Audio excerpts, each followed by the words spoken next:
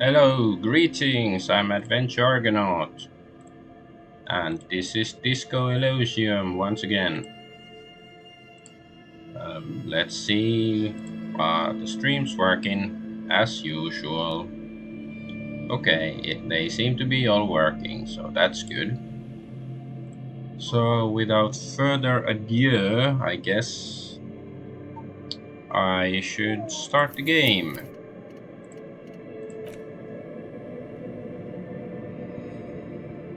So, last time we were examining this apartment and this building rather, and there's this apartment where there's this guy who was on the balcony smoking, and we're gonna try to go talk to him. This door is made of metal and appears to be reinforced. Someone here really values their security. Number 28. This is where the cleaning lady said the smoker on the balcony lives. Indeed it is. Let's see if anyone's home. Knock on the door. No. No one answers. Looks like the young man we are looking for isn't home. I think our best chance to catch him is in the evening.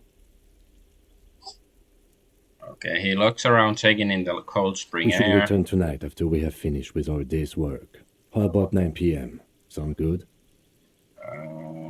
Okay, what are you talking The about? smoker on the balcony. This is why we are here, right? He might know something about the murder. So, tonight at 9 p.m.?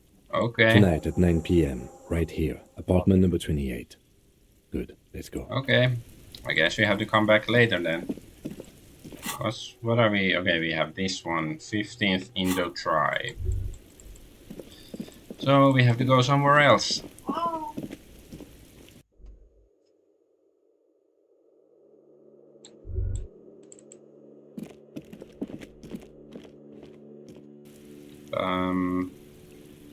Let's equip the plastic bag. I still need money, so we don't die. Let's see if there's money to be had here. Guess no. Or can I sell these A row mugs? of mugs sits on the shelf. Each one a little ring. There's something the images between the owner of these mugs doesn't like people of other, of course. Okay. And the lieutenant. I'm beginning to feel bad. Nothing here then. Okay. And I think the bridge is supposed to open. Oh yeah, and we could also Just an go ordinary wall. Nothing to talk see here. to. Ooh. So I think if we roll a 3, we will succeed. Okay.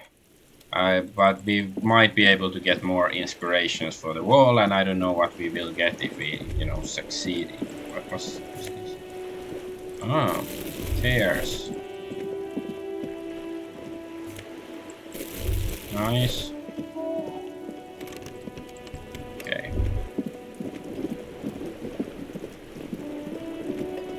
Yeah, let's go talk to this. Oh, the woman is gone. Went to the village on the coast. Officer, see you there. Joy says the note on the post. So yeah, the bridge should be open, or at least be openable today, I think. So we can unlock a new location, which is nice. If indeed that is a possibility. Just this was just broken. Yeah, broken This binoculars. coin-operated viewer. Oh my.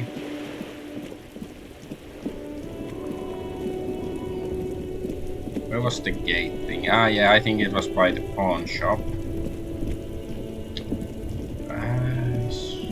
We could also use the police car probably to call the girl who worked at the cafe. Okay, these are not people. I cannot interact with them because she might have some new information. Because we've learned a lot of A new rusty control information. panel Okay, pull with the loose lever. wire. You grab the handle and pull the lever up. As soon as the metal connects against the contact pins, you hear a loud clunk. Then The water lock starts moving.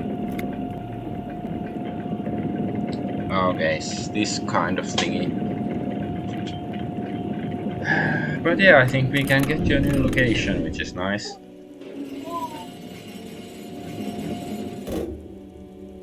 Alright, we can go to the coast now. Expect rugged terrain and drunks.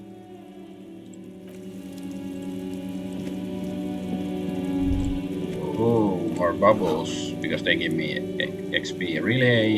Radio relay hums with electricity. Huh? Money? I didn't even see where I clicked to get the money, but not complaining. Okay, is there any hotspots here? What's this?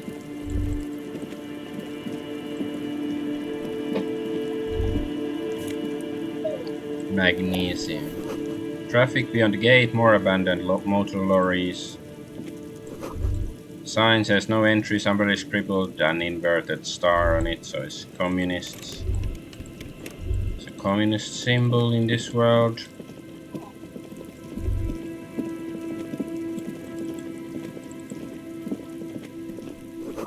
A breaker box to power the radio pylon above you, maybe there's something inside. Ooh. Money.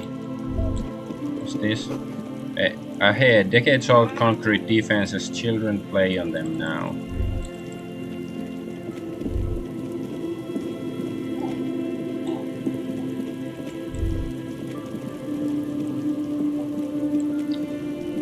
More bubbles. Somebody has broken down the fence and the barbed wire.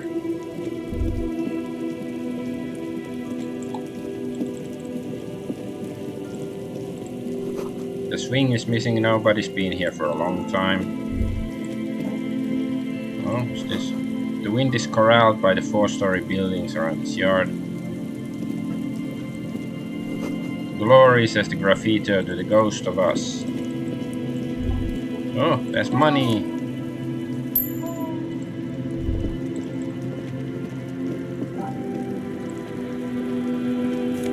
Oh, and chairs. We're gonna be so rich. Someone has left their music collection beneath the tarpaulin. Okay. Tape. Smallest church in Saint San. Okay, we should have a look. The tape you found from a shack on the coast. The A side has smallest church in Saint San written on it, while the B side is supposed to contain instrumental version. Requires boombox to play. The porter reel is just what you needed. The reels attached to the apparatus with a satisfying click. The tape is routed behind the magnetic reader. Press play on You tape. press the large button marked Commencer, and the tape starts spinning. There's a small delay before the song starts playing. Keep the porter reel at the harmless distance and wait. Then the organ starts playing, a simple, melancholic tune echoing in the hallway. A lone singing voice joins in, telling you about the tiniest church in Cessons, surrounded by even tinier yard. You almost feel the seaside mist on your skin. It's mega sad. Mega sad. Within oh no. seconds you know this is the one. The real shit you've been looking for. The one you trust your room to. This one tells it like it is. Yeah, because I have a quest This that I have is to. your tune. I have to sing karaoke, and sing a sad song. A click, then silence for a bit. Then the tape stops spinning. Could I sing this in karaoke? I think I could sing this. Of course you could sing this. You could take sad to a whole new level with this. And you already know the lyrics since you've listened to it like a million times. Yeah, they're all here. All 3 verses. And the B-side of the tape contains the instrumental version. It's like the world itself is telling you to do it. Only one obstacle stands on your way. What? Gart. You have to convince Gart to let you sing karaoke in the whirling. After you've won him over, you can express yourself. Let the pain out. Make everyone understand. The lieutenant watches you pack up the boombox. He doesn't say anything. Okay, very nice. I'd be sort of wondering, like, if the game forgot about that karaoke quest, or maybe I should have completed it like the first day or something, but I guess not. What's this? Rust peels off the bent iron posts of the swing. The wind whistles through the skeleton of the small house behind you. There's desolation everywhere. Yet someone used to live here, laugh here. Thought it was a good idea to build a swing, even. What In happened? this yard? The lieutenant looks at the small building. A flock of grey swallows takes off in the distance. He's assessing the situation. How long ago was it abandoned? Someone thought they could have a summer house in a bloc obscur for cheap. It didn't work out. They abandoned it about a decade ago. Wait, what's a block obscure? A black bloc, a part of the city left unrenovated after the war, or one that has fallen to gang violence, or has become inhospitable in some other way. On aerial photos, block obscures look like dark squares, hence their name.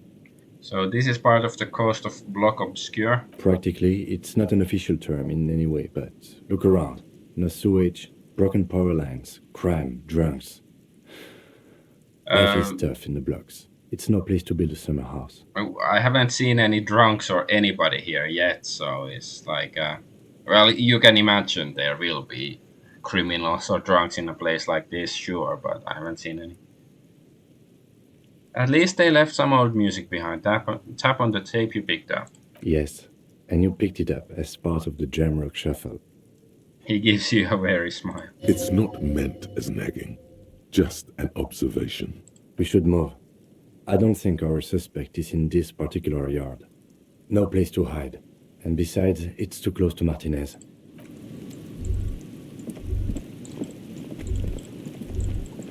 Okay, so is this area is cleaned? So let's go look around somewhere else.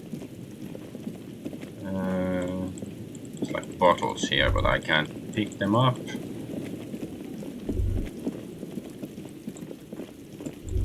Okay, nothing. Yeah, I've been here. Let's go up here. There's a bubble. Oh, what's it? Oh, teacher. Creaking ahead, a broken axle is grinding. Is it gas? You don't get in the way.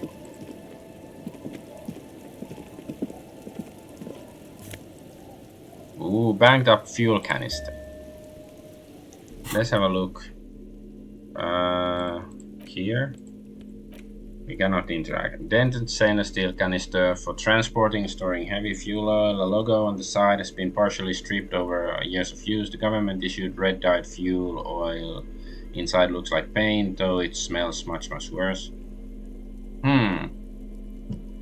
Like, of course we can sell it for a decent amount of money, but I wonder if there's anything else. And there's the painter girl. Is it Cynthia or whatever her name was? That she was using some sort of oil or oil paint. Maybe giving it to her might give us something, not sure. A banged up motor carriage lies half submerged in the icy water, slowly sinking into the Insulindian Ocean. Only the cabin top, rear wheels, and the engine remain visible. It must be cold and lonely down there, in the icy water. Carriage in the sea. Where did this come from? My guess is it started its journey from the plaza, where it backed through the fence. Let's investigate. I agree. We should definitely investigate. You get a sudden sinking feeling. Stomach acid comes up as you look at the motor carriage in the deep, dark, cold water. Run your hand over the cold metal. The motor carriage is properly stuck in the ice. Getting it out would require a team of specialists. What is the make of this MC? Can I see a logo? The logo is too deep in the murky water. You can't make it out, but you do see a monkfish float by. How long has it been The here? ice hasn't closed around the vehicle yet. My guess is it's been here since last Saturday or Sunday. Ah, so not longer than that. Then it might be related to the case. I was thinking it's been here, for months or something. Well, yeah, it doesn't look that dirty or anything, so I guess it makes sense. The estimate is correct. The incident probably occurred on Sunday evening.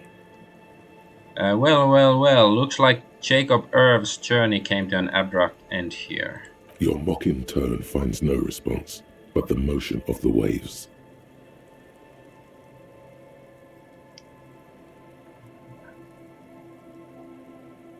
Yes, Rabiochin, crazy recklessness. Yes. Crazy recklessness. I'd say it has been here since last Saturday or Sunday. What should we do? Let's wait for the low tide and see what's inside. Great idea. Then we can get the things inside. The joyrider must have left something good inside. Guns, papers, maybe a cool jacket. A joyrider jacket. A joyrider jacket. You feel a strange connection to this joyrider.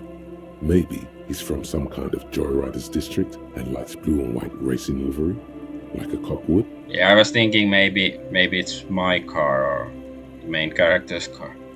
How long will it take for the low tide to come in? I don't know. An hour or two, tops? So it's so quick. I was thinking like, a couple of days or something.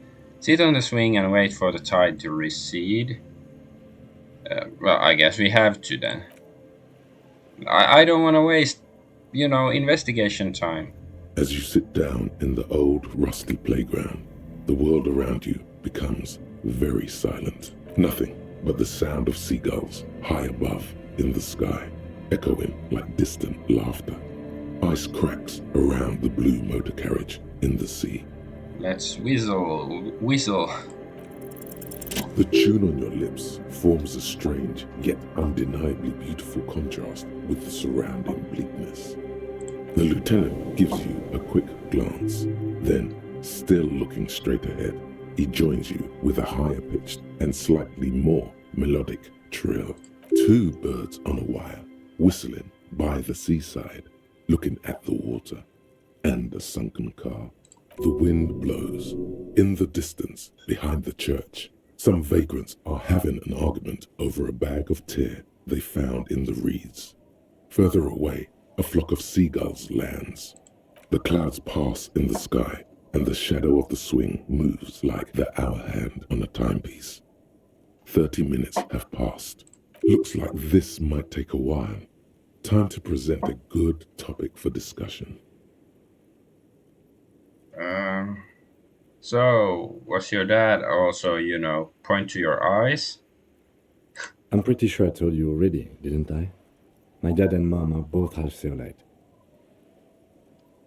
I don't know who my mom or my dad was. Clouds on the horizon grow darker, and the shadow of the swing set keeps climbing. You hear the distant rumble of the city.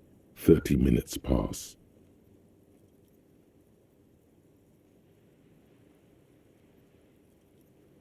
Do you think I will ever find my gun? God, I hope so.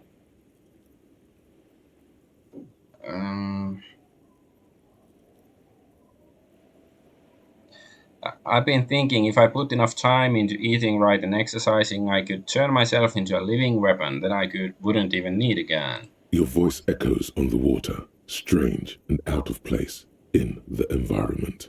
30 more minutes pass.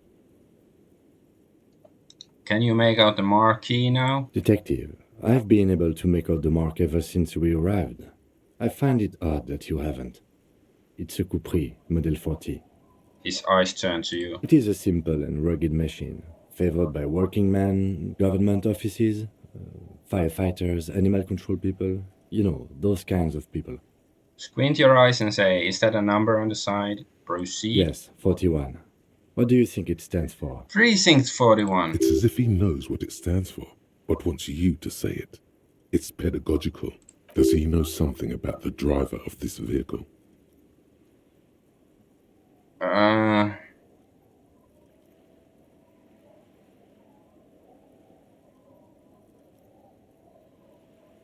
Oh God, no. I'm sorry, Harry.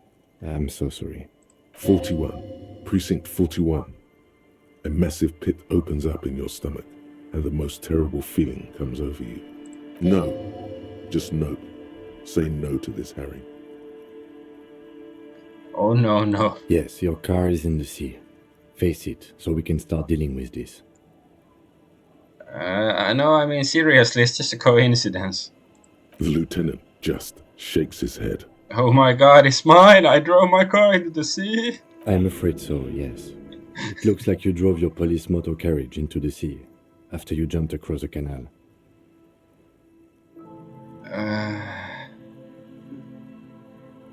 Maybe I was in pursuit of someone? Of whom? I don't think so. If anything, you were probably drunk. They're not mutually exclusive. I could have been drunk and pursuing after somebody.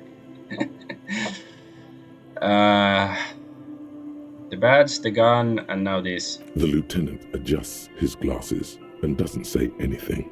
There is also a fourth thing you've lost. A fourth thing? More precious than the gun, the badge, and the motor carriage combined. Lost forever into the deepest of seas. Memory? Well, no, I might get that back. Maybe it's dignity. I don't know. How do we get it out? Detective, we don't. A rescue operation really isn't viable at this point. So it's just gonna be there like that. I'm afraid it will have to be there like that for many years. Look at it. Parts of it might be salvageable, but overall, this machine is a write-off. I can still fix it. That is very unlikely. All the electrics are toast. That goes for the electromagnetic steering and brake systems as well. You'd be lucky to find one undamaged component in there. In a few months, there will be nothing but rust left of this vehicle. It'll be cheaper to buy a new one. Well, not cheaper. This motor carriage costs 40,000 real. But in the long run, it still makes more sense to buy a new machine than try to refurbish this. People are gonna be angry at me, aren't they? At Precinct 41. Let's face it, this is a substantial loss to your district's budget. I mean, my station only has 4 other vehicles in addition to my kinema. This was 20% of the station's vehicular budget. They're not gonna take me back after this, are they? People are more valuable than machines. Training a police officer is even more costly. Things were going so well, we were just whistling merrily. You can still whistle. Besides, the night is always darkest before the dawn. At least we have a pretty good suspect. If we found your motor carriage in the sea, maybe we'll find her too. Well, at least I can see what's in there now.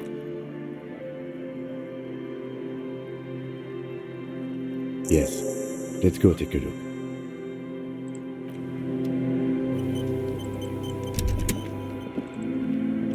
What's this? Oh, footprints. Bottle drained of all its booze is frozen to the ice. Ooh, there's money.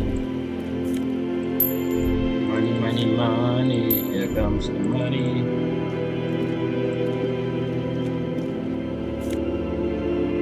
Ooh, RCM badge. LTN2JFR Dubois. Ooh, RCM Commander's jacket. Esprit de Corps Visual Calculus. Let's have a look. So this jacket is Esprit de Corps and Shivers. Well, I think I have lots of Shivers already. So yeah, this is probably better. Where is it here? Well, I have lots of visual calculus too, so it's... But, so am I a commander then? Rambo Commando. Maybe I should have a look at the badge. A police badge on which you see the photo of a man. Some seaweed is stuck to the back. I found my badge! At least something good came out of all this. The lieutenant glances at the badge in your hands. Study the badge. Why are there twice? What? Study the badge. Encased between 2 durable plastic sheets is a bluish card with lines of information and a watermark in the shape of the street grid of Revachol West. You see a photo, a name, a rank, a document number, the date of issue, and, in the lower right corner, your precinct. Look at the photo. The man keeps winking at you with his green-grey eyes. The photo is old, no doubt about that, but the badge is new. You used an old photo for a new badge. Good choice. A newer photo would look different. How old? 8, maybe 10 years. The guy in the picture is rather good looking. He's got a nice haircut and is distinctly lacking in massive sideburns. And he's winking? Why? What do you think? His face is already contorted by the expression, although it looks less grotesque on him than it does on you now. The badge in your hand shines as you rotate it, catching light. You see lines of information on it, and a shining watermark. Harrier Dubois? Harrier, that's long for Harry. So you are Harry. Evrard was half right. Probably not a lot of people know your full name. Whoever told him you're Harry Dubois didn't.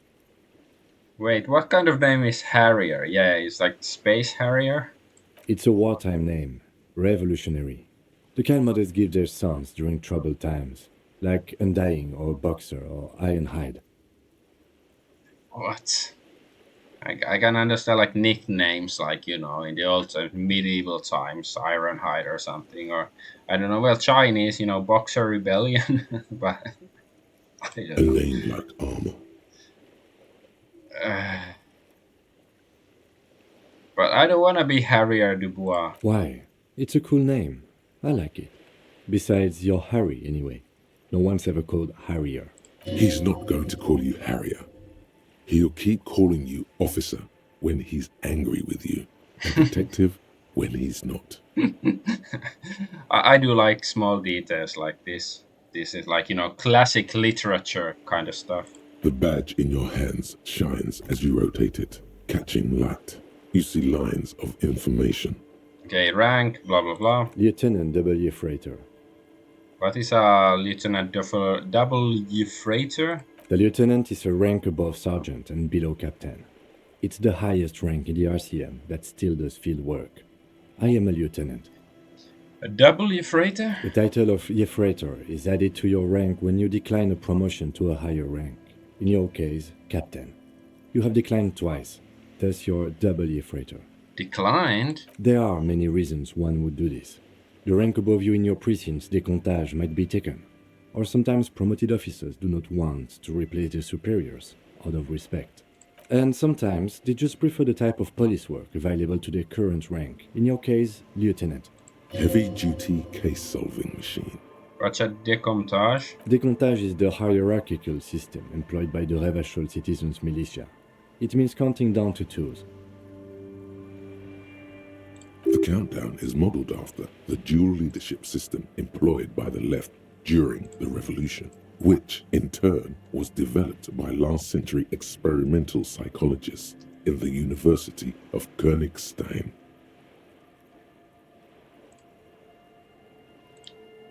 I want to edit my stream information because I'm so happy I found my car and my badge. So I quickly edited it. Okay, let's get back to the game. The lowest rank is junior officer, usually teenagers. Then there are the patrol officers, then sergeants, lieutenants, and then a captain. That's basically it, except for a few kinks.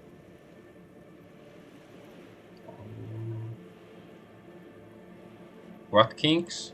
Kinks like satellite officers and the additional freighter rank I already explained. Satellite officers? You are given the title of satellite officer if your partner is quickly promoted through the ranks and you rise with him. You don't seem to be a satellite.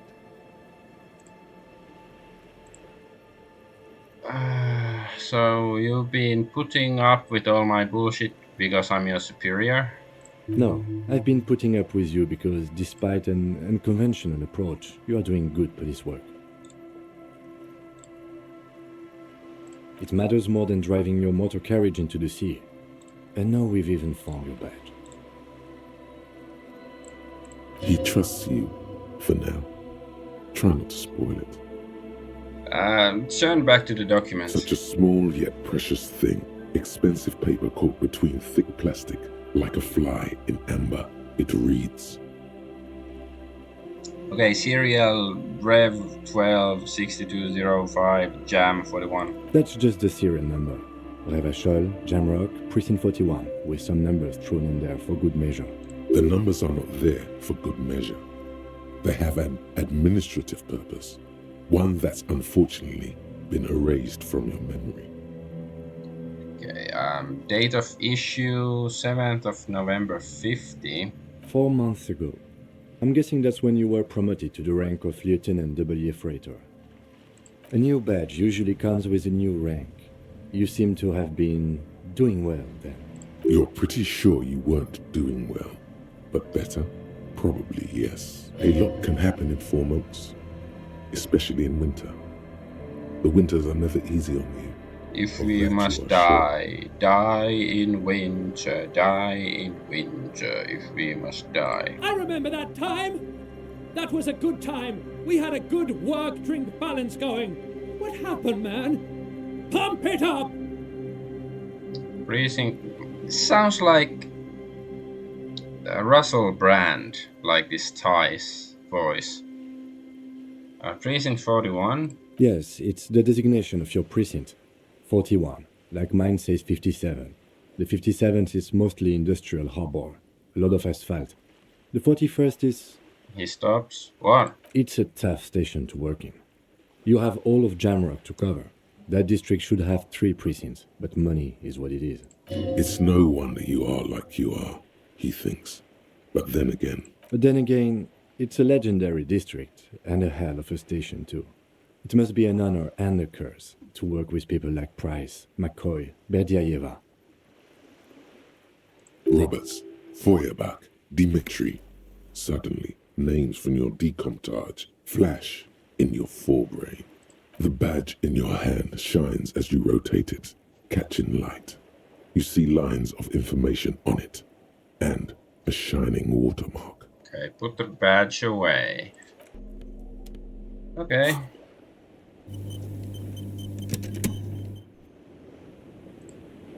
Save since we accomplished something.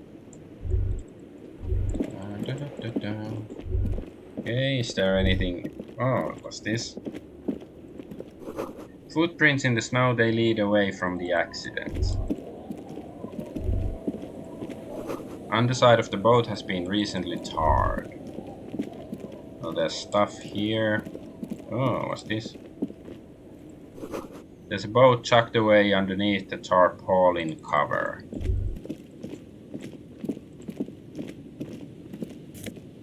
More chairs.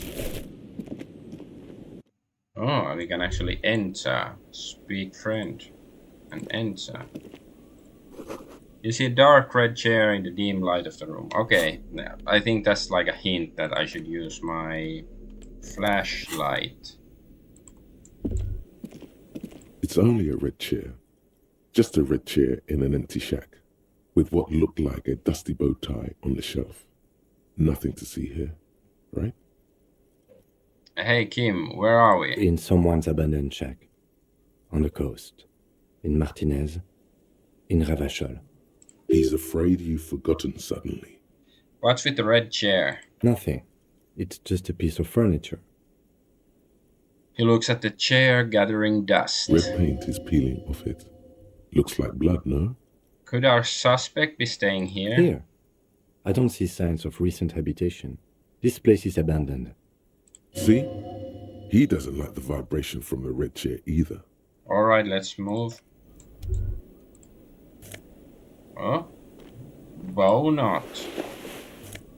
What's this? Postcard. Okay. So let's check. I'll put back the tear bag and what's it? Close. I was like, oh, what did I get? So this Argonaut is +2 is better than +1. So yeah, sure. And let's see if this bow tie will now talk to us instead of the necktie. Maybe he's, I don't know, better. Less annoying. Through the broken glass, dusty shelves, and a forgotten chair. Okay. Oh, what's this? Great news. The boat is big enough for a grown man like you to fit underneath it in a supine position. Wait, what would I be doing under there? Sleeping. Was it not decided that you're a hobo cop? More hobo than cop? Or was that fine irony that your visual cortex somehow misunderstood? Oh no, he's pretty much a bum now. Great news, I found somewhere new to sleep. Huh?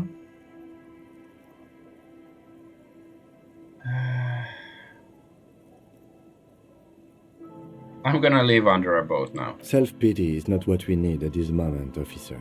I understand the situation looks grim, but we must continue with our investigation. You have a home somewhere. All cops do. When this is done, you can return. But can we actually sleep here, or is it just a joke? So I don't have to pay $20 every day.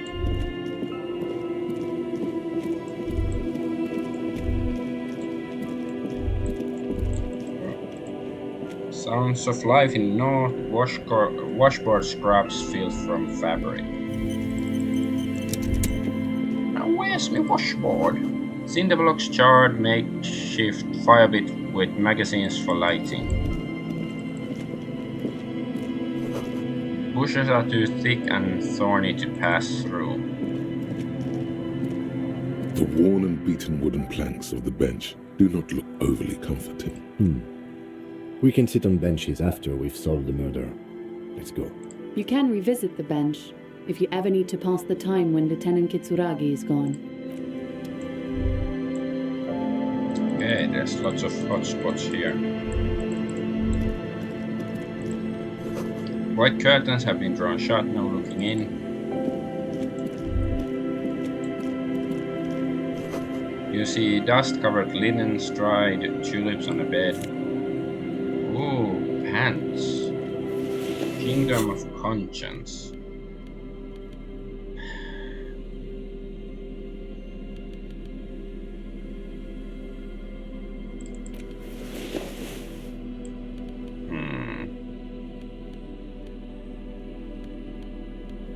Not sure. Like, the Kingdom of Conscience is some special stuff. I don't know. It doesn't sound as good. It's like one of these things. Thought quests, whatever they are. Fisherman's shacks. Wait, did it say quick travel? A wetting stone well worn and covered in rust.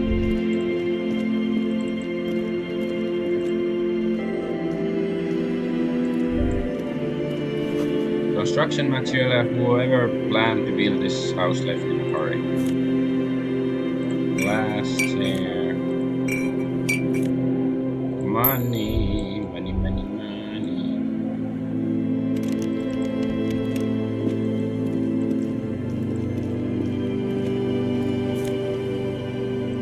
More chairs. Okay, can we talk to these guys? Oh, money, money, money. That's more important than those guys.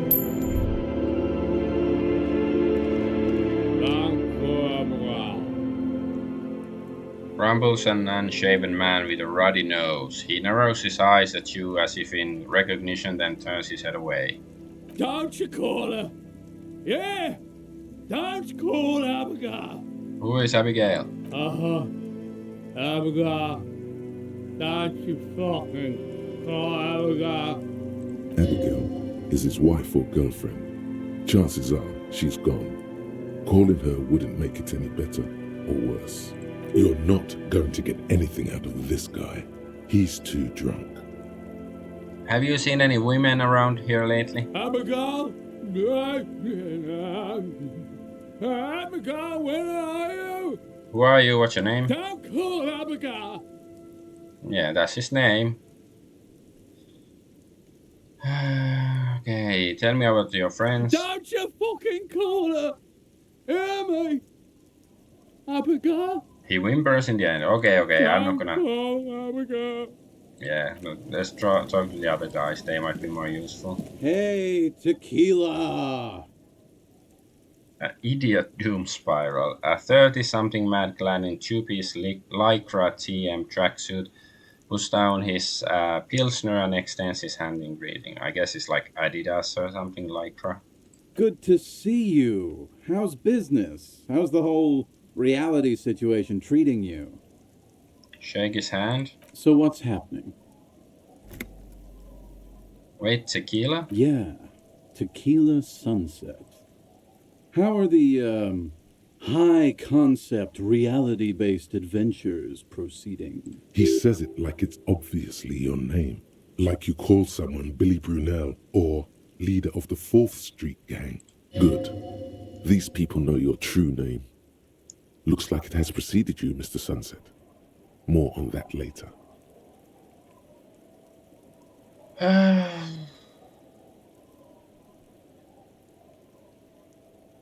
I re-entered reality to conquer it, to bend it to my will. I am the law. That's the spirit. I used to shape reality into my image a long time ago. Those days are over now. He looks at his shit-stained lycra TM jacket with a grim expression. Sadly, things aren't going that well in Idiot Doom Spiral Land. Haven't found those keys yet, haven't won that great piece of ass back. No word from my business buddies. He takes a sip from his beer. So he's looking for some keys. This guy's your buddy. You feel it immediately.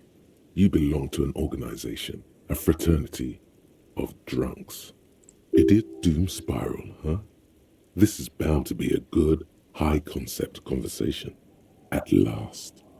Have you seen a red-haired woman named Ruby around here? Can't really remember seeing any women after losing my keys. It's a touchy topic. He hasn't got laid in ages. He really has no idea who this Ruby is, sire. What is a tequila sunset you keep saying it? It's you. Your Tequila Sunset. How do you know this? We've met before. Don't you remember? No, you sure don't. Nope. Aha. Do you want to know how Tequila Sunset came to be? Tequila Sunset. Something ominous there. For some reason, the name tequila fills me with foreboding. Maybe I shouldn't learn what it means. You think you feel bad now. Wait till you've heard the story. No. You need the wisdom. Go ahead. Let me take a sip to moisten up my chords. Tequila Sunset rolled into Martinez last Friday. And by Tequila Sunset, I mean you. The man, the myth. Wait, did we meet on Friday? Hey, let's not jump ahead of ourselves. This is your story. Stop interrupting. He takes another sip, then continues. You got here on Friday to solve a case, hoping to be the early bird who gets the worm. And by the worm, I mean the buzz. Because as far as I know, all you did was get piss drunk. Word on the street is you went around the local hostel telling people that you're a police officer, and that it would be really fucked up if you shot yourself in the head right in front of them. That's pretty high concept, if you ask me. It is. The lieutenant's brow is furrowed. He's listening as casually as he can. What happened then? It was a late Saturday night when we, the Union of Moribund Alcoholics, were getting our drink on.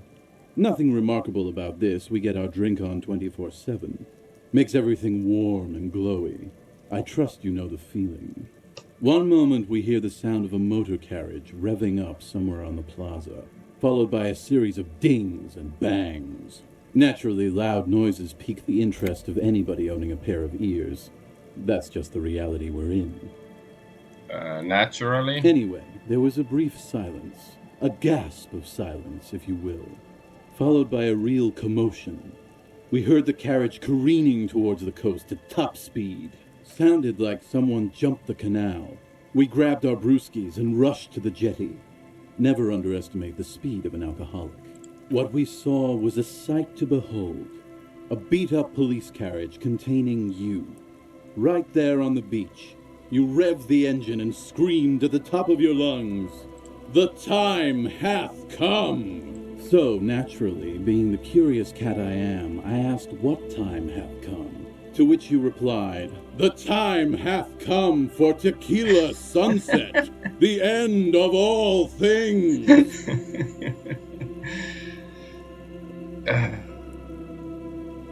Every word I said it was true. Tequila sunset will break the looms of reality. Yeah, looms. Why not? Then you jammed the pedal and plowed right off the jetty and through the ice. We ran towards the ice whilst you crawled your way out, miraculously unhurt, covered in seaweed and shit, like some kind of sea monster. When we finally got there, you were sitting on the beach crying. You said that your badge and uniform were in the car. It was too late to get in there, though. The carriage had sunk too deep.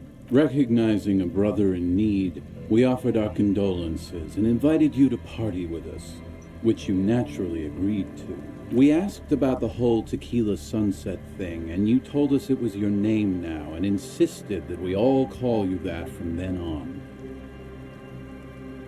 Wait, so is Tequila Sunset an event or a name? I'm not sure. I think you were the event. Tequila sunset. You know, as opposed to a tequila sunrise, which is long gone.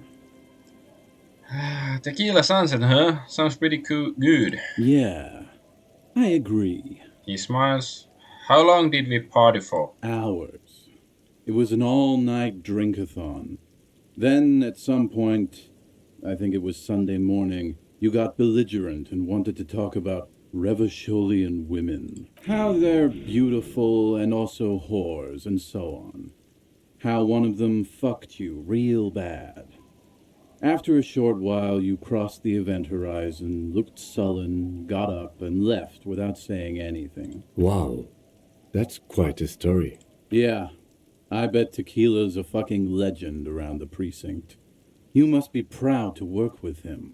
If you only knew.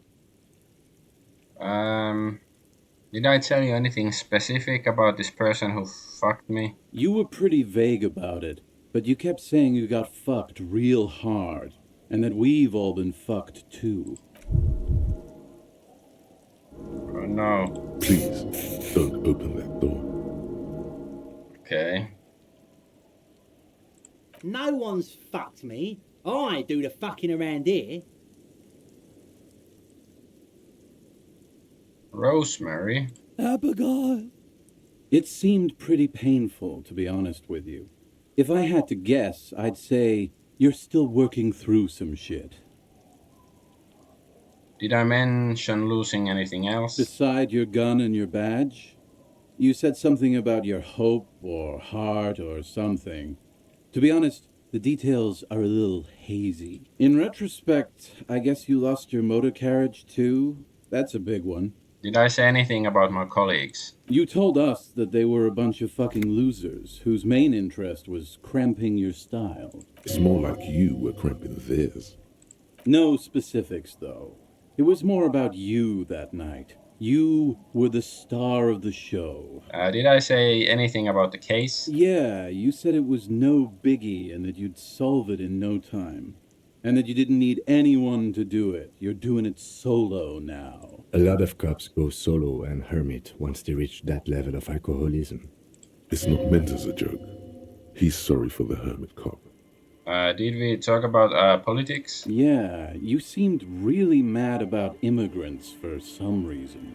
He rubs the back of his neck. I'd rather not get into the details. It was pretty low concept. Did you get a read on what kind of cop I was? You kept calling yourself a goddamn superstar who'd cleared 501 cases. As you've already determined, the actual number is 216. But what's a little embellishment between friends? No thanks to the squares at the precinct, as you put it. I don't need to hear anymore. It's a hard thing for a man to confront his past. That's why I avoid mine at all costs.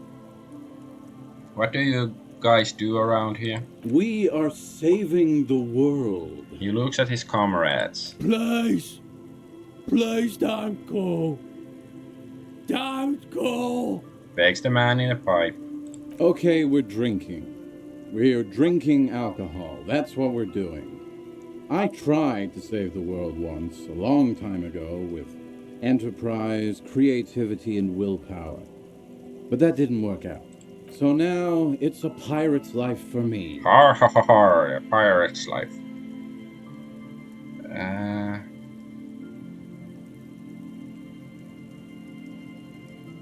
You seem like you're characterized by your storytelling ability. Wanna tell me another one sometime? Whoop-de-doo. So now I'm a fucking storyteller. Right. Why not? Better than a beach bum. Yes, wanna tell me how you became Idiot Doom Spiral? It depends, really. Are you willing to help me out? You might get scammed here. I have a feeling that this is going to cost me a lot. No, the reality of the situation requires a rather modest contribution. A little motivational package. What do you need? Booze. Did you already forget our party? The thing I relayed to you earlier. So, have you got anything for good old Idiot Doom Spiral? A bottle for a story. Seems fair to me. I don't have any on me right now. Then I will see you again once you've procured some. Par exemple, my good friend Rosemary here sells all kinds of stuff. All kinds, sir. Beer and wine. Be seeing ya. You too, Tequila Sunset.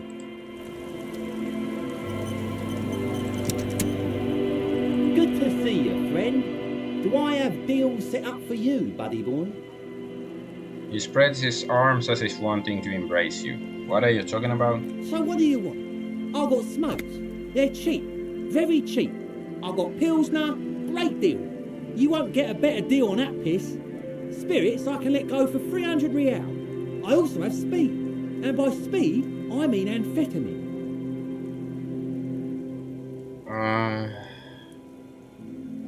Amphetamine? Aye, by amphetamine I mean speed. I thought by speed you meant amphetamine. Aye, that's what I said. Right, got it. Good, my man. Now what can I offer you? Why does the bottle of spirits cost 300 real? See, friend, it's real valuable. Worth every real, if you catch my drift. Got it from a bit of a business venture. No, I'd let him speak. You know, it's funny actually. He bursts out laughing, then takes 3 gulps of his pilsner and stares at you intently. What is? What? What do you mean, what? What did you think was funny earlier? This guy. He says and shakes his index finger at you. Conversation might bring a discount, no? Where did you get the bottle of spirits from? Oh, this is medicinal spirits. The good stuff. Got it from the doctor's office. I got one of those scientific ampoules a few months ago. Torpedo, they call it. It's supposed to keep a man from taking a drink. He spits a nasty yellow clot on the ground before you. Didn't stop me for shit, that's for sure. 5 lemons with half a pack of butter and you're good to go. That's a good tip, I should remember it. It really isn't. In a week, the goddamn kidneys started giving me all kinds of help. Finally, the missus took me to a private doctor's office. Not a charity, the real thing. Those arseholes. Those arseholes charged me 4 real to remove the damn thing. But I came out on top after all. Assholes. But the idiots left me alone in there. Now, I used to teach high school biology. I know what doctors use to preserve dead fingers.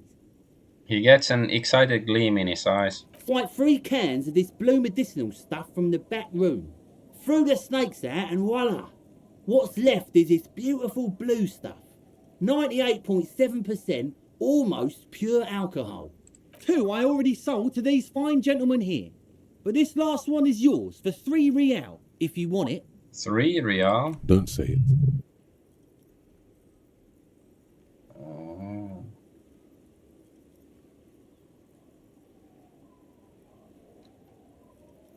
I think it will prove useful, yes. 3 real and it's yours, friend. The deal of a lifetime. Well done. You got it. That's a much more reasonable price right there. Makes sense now. Okay, fine. Let's buy it Just before make he sure changes. to enjoy that one, friend. Spirit is eternal. In the civilized world, it's a custom to tip the shopkeep, friend. But come back anyway. He waves you off. Oh, we got The this thing. 15th Indo tribe.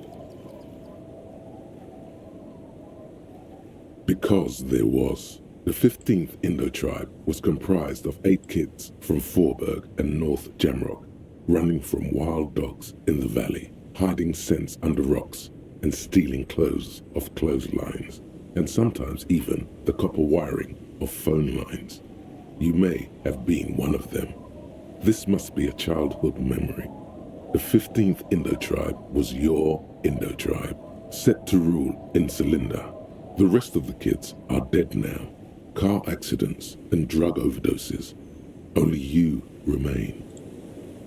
So 10 cents for every green orb clicked. Okay, then let's unlock another one. So what do we have? Let's see what we can get from regular tax. Official is minus to Shivers and Inland Empire. All learning caps raised to 3. I'm not excited. Indirect modes of taxation. Ultra liberal dialogue options give +1 real and -1 empathy. Okay.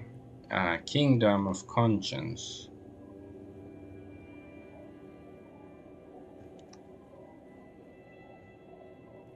So moralist dialogue options heal +1 morale. Learning cap of volition raised to 5. Yeah, whatever. White Morning, what's that? Yeah, 20% zoom out distance and all MOT learning caps raised by 1. What is MOT? Like I guess it's the mobility, motivation, whatever. I think this date of birth, that I checked it earlier. Yeah, I guess I'll do that. Because it gives -1 difficulty for all like physical pink passives. Sounds decent.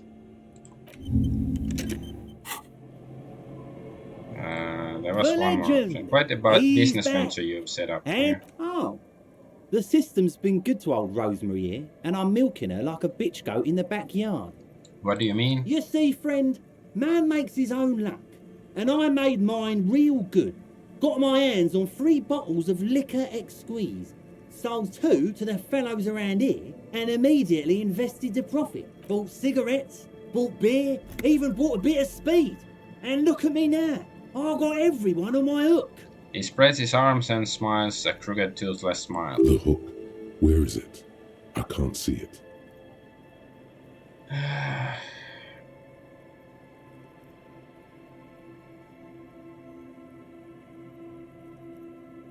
Looks like you're on your own hook too. Of course, of course, of course. It is what it is, you know. What it's always been. People, buddy boy. It's the people. Okay. There was some old woman this way as well. There's some kids. The scruffy-haired little boy kicks a stone. He can't be more than 5 years old. The other one looks indistinguishable from him. He watches his brother kick the stone with his tongue lolling out of his mouth.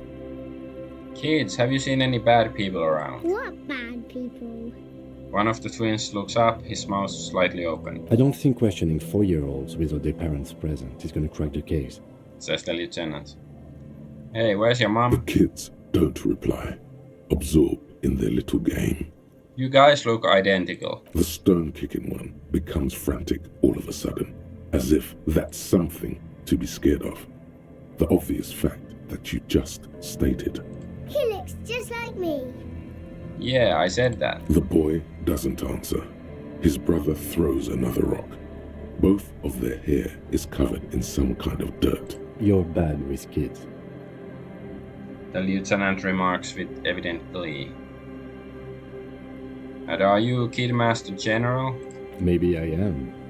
Now, how about some actual police work? We are not getting anything here. Bye, kids. So do I get money? Yes, I get money. Yes, colors all warm, welcoming, cozy, blah blah blah. Flowers throw that where nothing really goes, maybe in spring. Suliram young manis.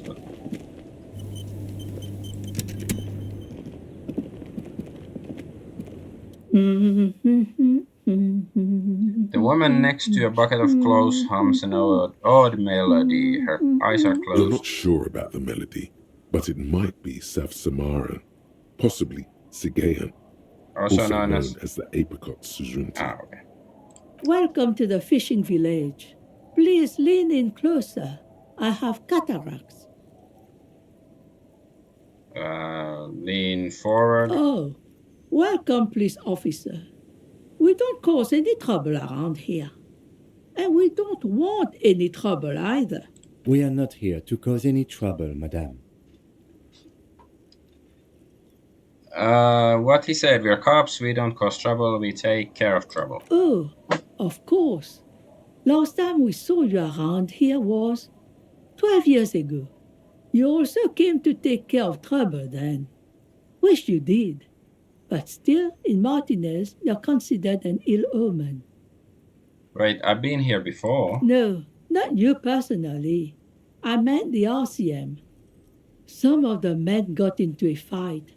One of them killed another, locked himself in that woodshed over there. She points to the building behind her. He was brooding, needed some help opening the door. You got it open for him and took him to think about what he'd done in a more secluded place, somewhere more quiet. She says it as if he was on some kind of spiritual retreat. What kind of an ill omen are we talking about? Oh, the usual. Dark tidings. Black hound. That's you, all right. A black hound licking your own heels. I am an ill omen, all right. You're not. No one around here considers us an ill omen. Maybe they are afraid. Why? Because you're an ill omen. But you're still welcome here. As long as men with guns aren't chasing you. And maybe even then. Because that's the kind of fishing village we've built. I'm sorry there's not a lot of room to park the motor carriage. And not a lot of houses. Or a lot of people. My kids are long gone. Searching for treasure. So are others. Ah, look at me ramble on. What brings you to us? Have you seen a red-haired woman named Ruby around the coast? Nay, I haven't seen anyone lately. Okay, but do you know who I'm talking about? This is my little cinder block town. I know what goes on around here. She's being evasive. She knows something. There was a murder in Martinez. She might be a suspect. We would appreciate your help. Would you now? I know how this world works. And it doesn't work when people tell on each other.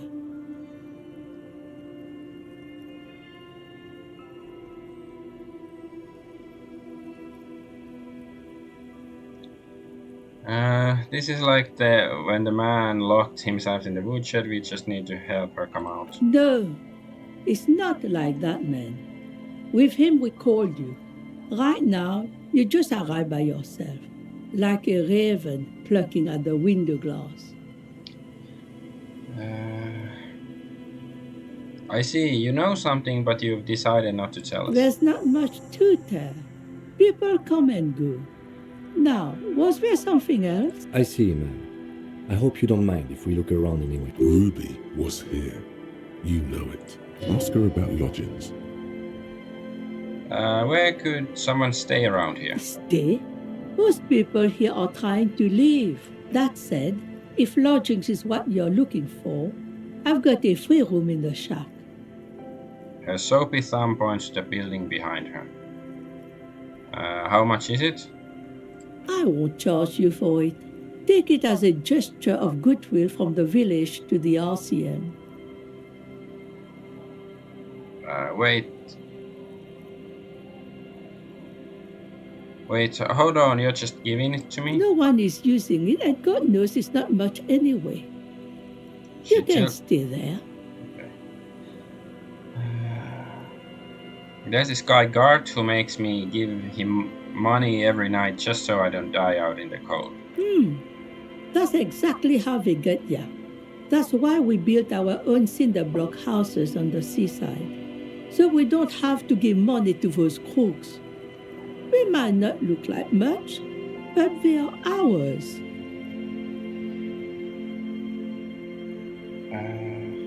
You got yourself a tenant, get keys to your new home. Don't make an old woman regret opening her house to the police. A key appears from under her apron, she hands it to you. Well, if you are not in the hostel in the morning, I'll know where to find you. Here, in a shack. He's a little relieved you're no longer in that room. What is it in this fishing village? Just us. It's barely a village anymore.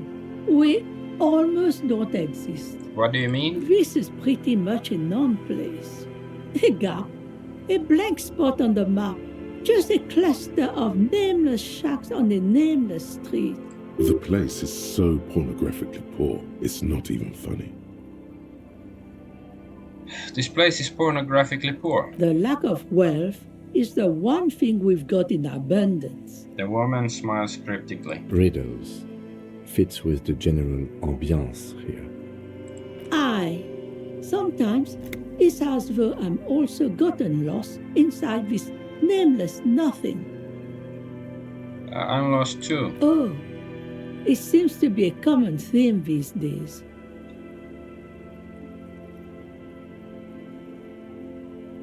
Maybe I should stay lost. Just move in here. Disappear completely. Maybe. Oh no. It'll be easy. But right now you want something from me, right? There's got to be something here, tell me. Over there you can find more of the same. Shacks and trees growing wild. That's the point. Between here and Jamrock, a dusty sea of old trees, all covered in industrial soot. Small houses under them, an overgrown park. The parks, what's that? An old military hospital and its surroundings. Or it used to be, during the time of the suzerains. After the war, it was turned into a goodwill hospital for shell-shock veterans and folks looking for some quiet in the old sanatorium gardens. Now the area is crisscrossed with nameless streets and makeshift cinder block houses. Shacks as far as the eye can see. What happened to the hospital? The goodwill ran out. The staff left and the place was shut down. It's long gone by now. Who else lives in this village? Well, there's Lillian and her kids. A few new folks live in the house to the east, but they're away right now. And then there's the drunks. Not a pretty sight, but there's little we can do about it. Home is home, even for them. Oh yeah, I met a couple of drunks here. I'm sure you did. Nature keeps them in rotation. A new face pops up every now and then an old one disappears and is forgotten. This is who we are. Is there a way to make a little money around here? Here? For you? No, officer. The only money we have here is some coins the drunks tried hiding from their women and then forgot about. All right, there's another topic I'd like to address. She nods, rinsing another piece of cloth.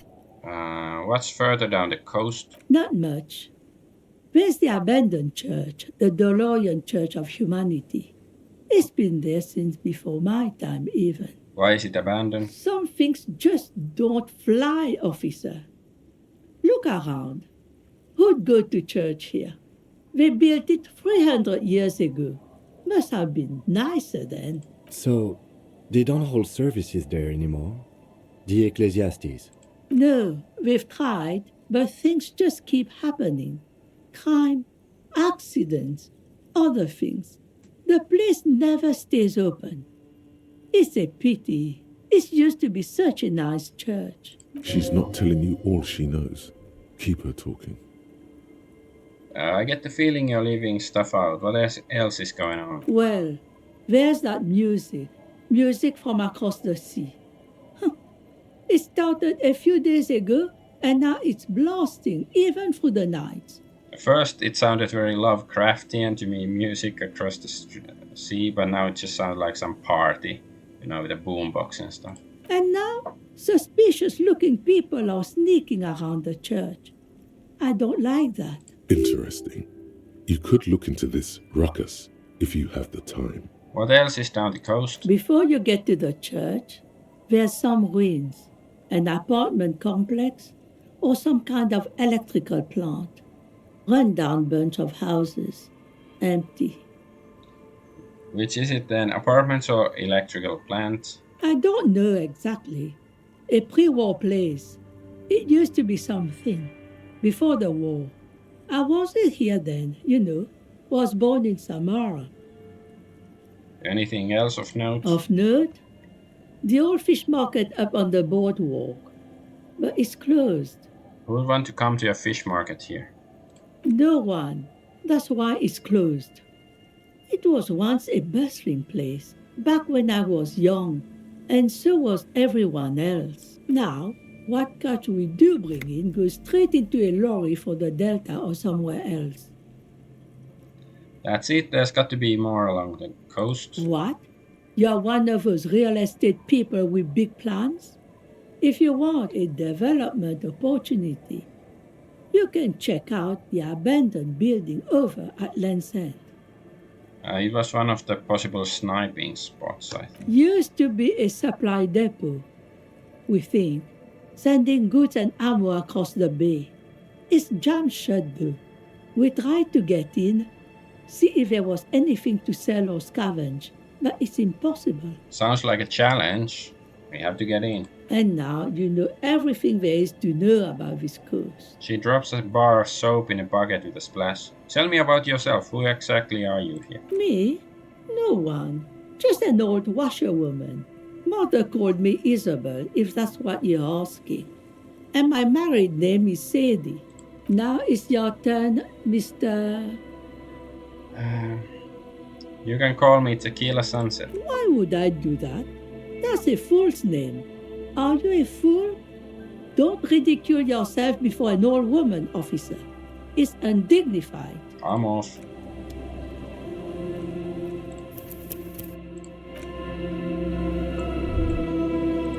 So this is our new hut. I'm still like, because I think we have a quest that we have to go shower. You can't see into the house from this angle. There's the bottles.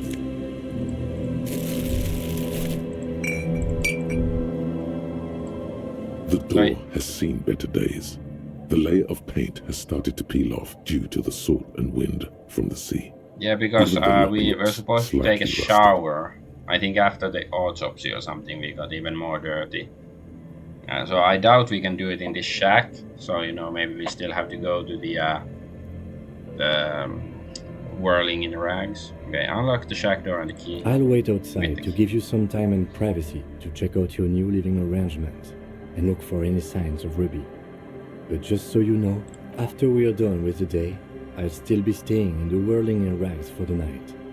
We'll meet in front of the shack in the morning. The key turns with a satisfying click. You can enter the shack now. Hope it doesn't end the day. No. Okay, let's check all the crap. Ooh, jacket. Logic jacket. Well, it has less bonuses than this one, so I'm gonna use it now at least. An old mirror hangs on the wall. You see the reflection of your face in it, adorned with the expression.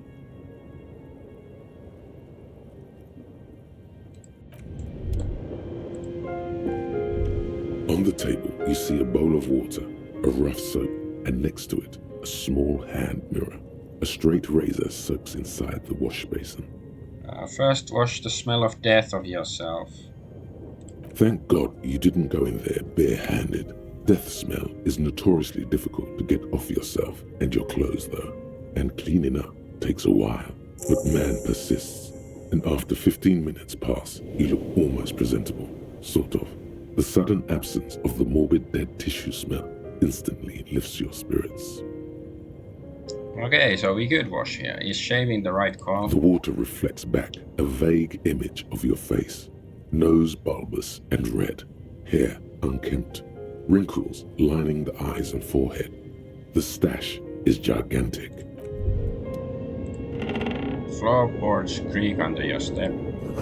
You see the waves, the sea, the church. Old science fiction magazines, books about birdwatching, and almanac from 39. This intricate heat engine hums quietly, giving you pleasant warmth. A brisk coastal wind still howls against the window of the shack. Occasionally, the waves crawl in under the foundation, producing a low hum. Listen. The room feels muffled, like you pulled your hat over your ears. Outside, it is cold and windy, but you're inside, and it feels safe and warm. What is this place to you?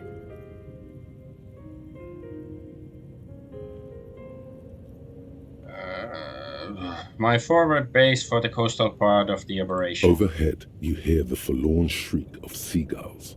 Far below the birds, a wooden boardwalk filled with abandoned stands, tables and benches, echoes from a long-lost time. A middle-aged man stands in a rundown shack on the edge of a fishing village, listening to the heater hum on the wall. This feels like a cozy hideout. Who are you talking to? There is no one here, not even cold. Thank you, Strange Sensation, for a fair assessment of the current situation. Outside, the howl of the wind has picked up. The waves crash against the stilts again. It's as if you think the thought, but in someone else's voice. Look under the floorboards. Ah, interesting. As you look at the floorboards in this corner of the shack, it's clear one of them isn't quite level with the others. The edge of a floorboard next to it looks scratched. Move the board aside. Hollow space underneath the floorboards is dark and damp. You can barely make out the mixture of sand and sawdust below. What's in there? Nothing particular catches your eye. Looks like more reeds. There might be something hidden inside the sand, though. Something bad. Someone's night thoughts. A last resort. A bad idea. Yeah, I still want to search through the sand and sawdust. You stick your hand in and start combing through the sand. Dry, not like outside. Fine dust. And then, something hard wrapped in paper. What is it? A small cylindrical object. You pull it out. A bullet. Ooh. A 9mm bullet, to be exact. Fit for all muzzle loaders of that caliber. This bullet isn't for a breech loader like the murder weapon. The floorboard isn't interested. Maybe the washerwoman is. You have enough to confront her with. Holding the bullet, you get the feeling this isn't ammunition against you. It's for herself. Okay. Can we have a look at it? The bullet. Here. We got 2 bullets. Is it the fractured bullet and the bullet we just found? Okay.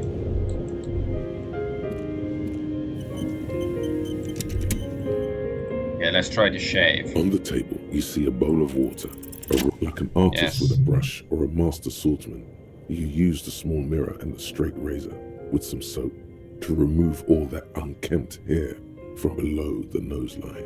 The sharp blade chafes against your skin, looks so creepy, producing a scratching sound.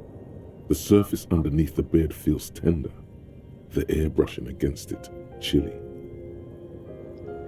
Feel your clean-shaven cheeks. They feel so smooth, surprisingly so. A feeling of freshness overcomes you, as if you just came from a cold, path. Was shaving the right The call? water reflects back a vague image of your clean-shaven face.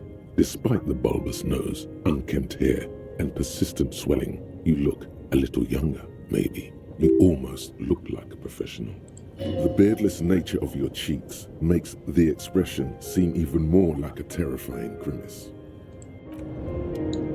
Okay, then let's An look old at mirror the hangs on the wall.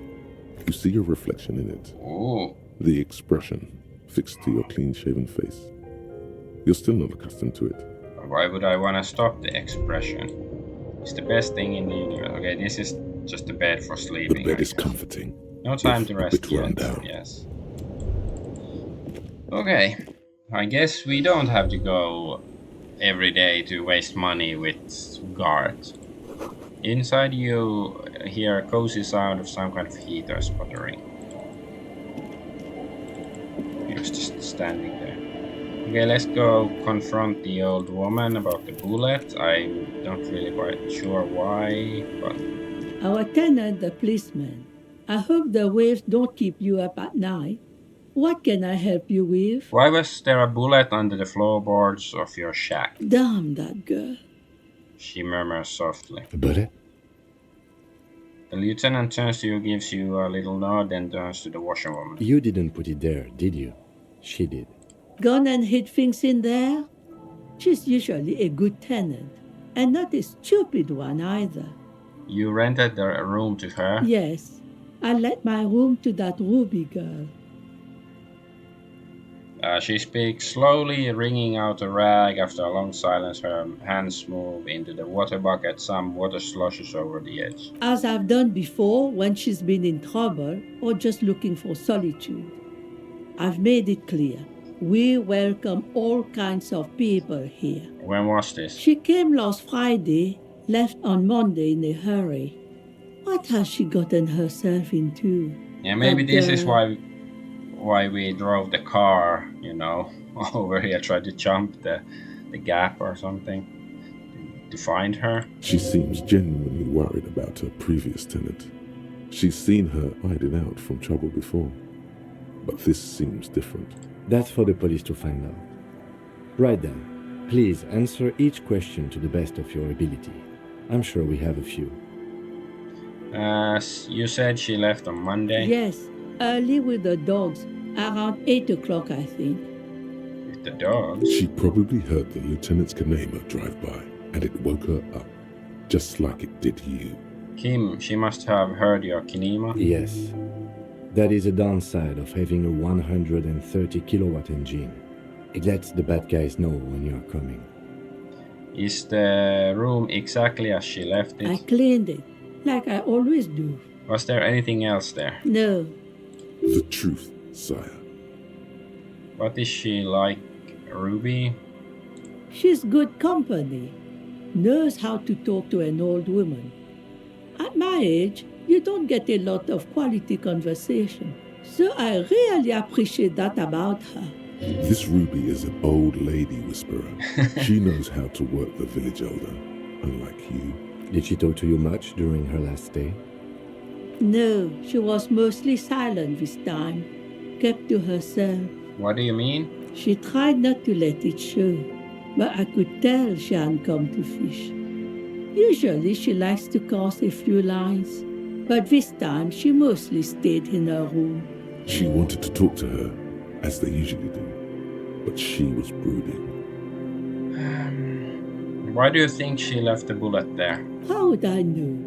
She's a gruff one, but not violent. She doesn't go around toting a gun. She looks back towards her shack, thinking, You could ask her about your hunch, that it was a desperate measure. See if she thinks Ruby fits the bill. I have a possible explanation in my mind. Aye, do tell. A seagull flies overhead, obviously bad omen. It's an exit plan. Exit from what?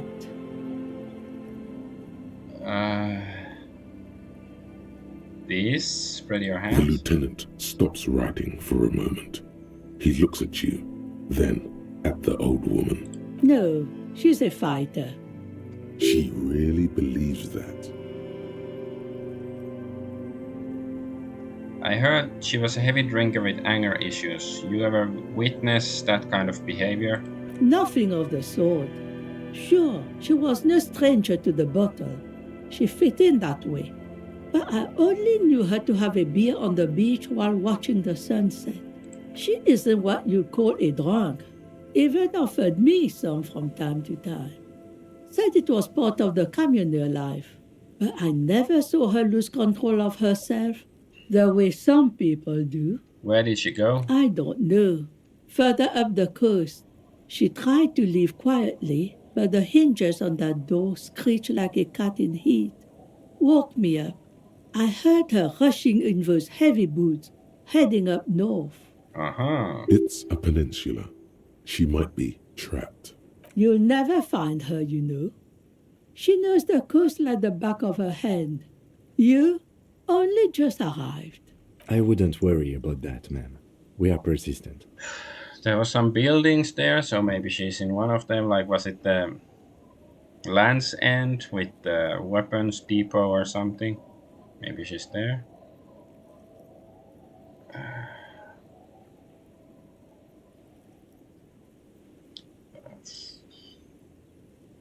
Further up the coast we go then. Are you sure you would rather stay here? Get a nice cozy fire going in the heater? Seems like a better idea to me. No, you can do it. You still have plenty of juice in you before you drop. Behind the cinder block houses, old pre-war ruins rise to the sky like dark palaces. The wind calls. I have a few more questions about What Ruby. more do you want to know about that poor girl? Okay, enough about Yes, Ruby. let's hear those other... Okay. One thing, officer. If you do find her, please go easy on her. She looks around, the air is getting colder. She really means it.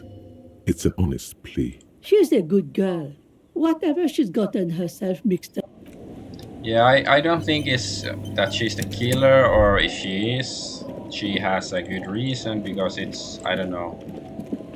Of course, there's always gonna be, a but. Like, because at first it seemed like the, Hardy Boys are the killers, but they weren't, and then we, find out about Ruby, and then Ruby will probably point us in another direction, and then maybe it's actually, us, we are the killer or something. What are these doing in the fish? What are they? Boots. Ooh, nice perception boots. And tear. So what kind of... Yeah, India I recognize. Yeah, I think I like these perception boots. Haven't seen the Elysium around here for ages. Hi, officer. Ah, it's the mom of the twins. A woman in a raincoat stands on the quay, considering an overturned boat. A sword in a scabbard hangs from her hip. Anything I can help you with? As always, I am the lawbringer. You've graduated to lawbringer now? Men with authority have their quirks. Comes with never being second-guessed about anything. She waves you off. So what brings you here, lawbringer? Bringing the law, Joe. Yeah. That depends, where are we exactly? A fishing village on the seashore. This place doesn't really have a name. It's sometimes called Elysium. Elysium? Why? The sign on the street leading here is illegible. Has been since they built this place. The wind rattles her earrings. Yeah, they look like, fishing lures or something, or hooks. I've got questions. The first is, what's your name?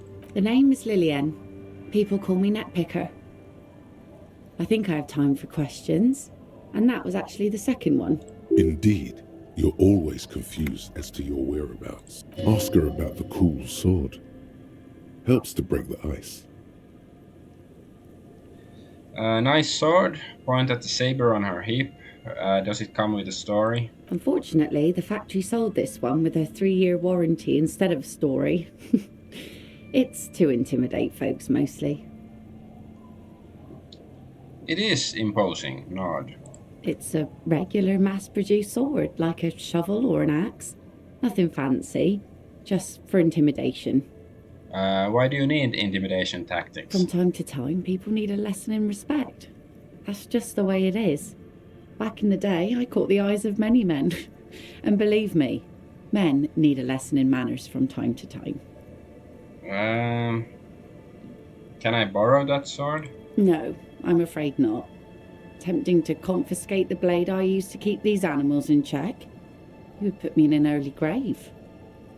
Why don't more women arm themselves if it's so effective? What makes you think we haven't? The truth is that almost everyone in this life is scared and tired and stupid and too dull for that. That goes for men too. But they put on an act for us.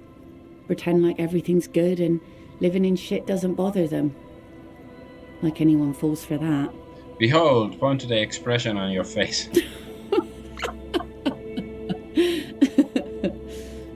Her eyes meet yours. Suddenly she starts laughing its horse as if she hasn't laughed in a while. Not bad. Do you like it? Sure. It looks as if you could face down any horror in the world with that same unchanging grin. It's like a shield. So where are all the men now? Some went to patch their wounds, their lesson learned. Others were more thick-headed. And one of them, I ended up marrying. Where's your husband now? Gone. Gone where? To the waves. The sea took him. It was a long time ago. Oh, say no more, wait for her to continue. He didn't respect the sea. Went out there, drunk like a skunk, and sure enough, one day the boat was found floating empty. The bloated corpse turned up 2 weeks later. Now, before you tell me how sorry you are for my loss, know that it was 4 years ago, and I've moved on. There's only so much mourning you can do for a drunk with sinewy muscles.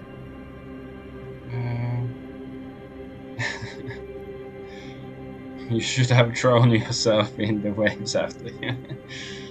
Yeah. It's healthy to let go and move on. Gotta keep the wheels spinning. Us working folk don't have the luxury to be bedsick with melancholy. I buried him, mourned for an appropriate amount of time, and went on. Life didn't really change that much for me and the kids. She glances at the village where two little kids are playing with what look like rocks. This is neither a touchy nor a very interesting topic for her. She looks like she's ready to go on a date with another, better drunk. Ask her. Both of you could need some action. Okay, I should explore the coast. Kim's president makes it awkward. Okay. Is that your boat? Point to the overturned boat. Sure is. The sun, I call her, coated with a fresh layer of tar just yesterday. It'll take some time for it to dry, assuming the sunny days continue. Sunny days? Catch a snowflake in your palm? Aye. Sunny days. You got a problem with that? No, ma'am. We have no quarrel with sunny days. Good. It would have been bad news had it turned out it wasn't a sunny day. Bad news for the skiff, bad news for the nets, bad news for the kids. There's a moment's silence. She looks at the slushy snow melt on the yellow belly of the boat. When do you think it'll be ready? There's something we might have to check out on one of the islands, the origin of a shot. Shot, huh? The boat will be ready when the sea turns and the winds settle. You can't command the weather, officer. Waves wash the sand. A skiff moves across the mirror-smooth sea, far away from here. A lone passenger, a fast sloop in the distance. White sails. My prediction, it will be at least 2 days. I'm looking for someone, maybe you can help. Let's see. Who are you looking for? I'm looking for... well, I guess I can ask about this first. I'm looking for a missing cryptozoologist. I don't think I know what these are. Care to elaborate? People who look for animals who are hard to find. Aha! Like snowmen. Snowmen? I haven't heard about those. 2 old guys have been wandering around here, nose in sand, talking nonsense about snowmen and the like. Wait, the like? Right. Not only snowmen, also green men, monkey men burning rhinos. You get the picture. Oh, you're getting it. And it is gorgeous. Where did they go? Don't really know. Further down the peninsula, I guess. I mean, that's where they were heading. Who else are you looking for besides snowmen? So they went north. I'm looking for a suspect who might have stayed in the neighborhood. Okay. When did this person stay here? Very recently, over the past few days, she might have arrived on Friday. Oh. I've been out on the sea for most of the past week. The weather's been good for fishing, so I usually start at 4 in the morning. Really? Yes, that's the optimal time. Got to make the most of the calm. I've been sleeping like a corpse after. The sea really takes its toll. Now I'm just waiting for the wind to settle to get out there again. Sorry I couldn't help you out. Maybe I can help you find someone else. Okay, that's it. I'm not looking for anyone else right now. Well, how can I assist you then, officer? What do you do around here? Like I said, fish mostly. Sail the waves, take care of the kids, pick nets. Right now I'm tarring a little skiff. What else? I sell the fish to people in the Delta to serve at their fancy restaurants. Authentic Insular Indian cuisine. Is that enough to make a living? Sometimes I also walk to the beach to see what the sea has given up. The sea is full of surprises. Keep it professional, man. Don't make it sound like you're hitting on her. This is what is called a conversation. You don't have to be guarded right now.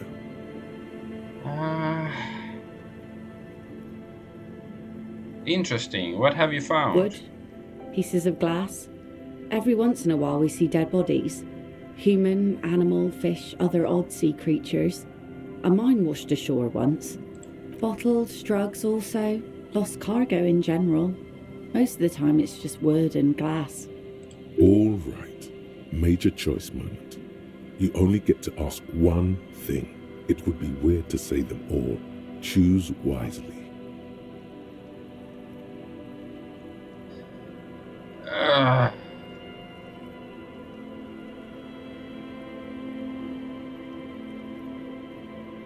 Well, I don't want the drugs so badly. Mine sounds like fun.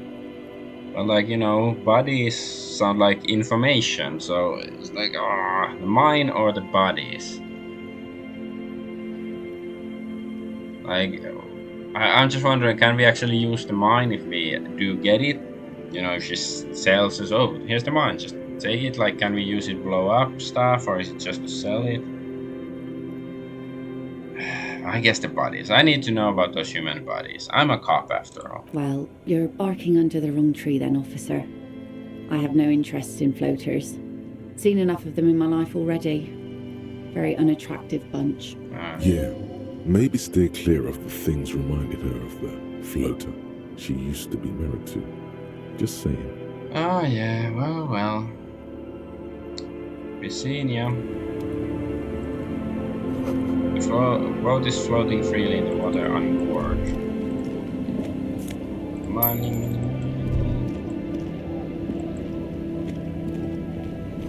Laterally is a school of fish swimming in a kelp.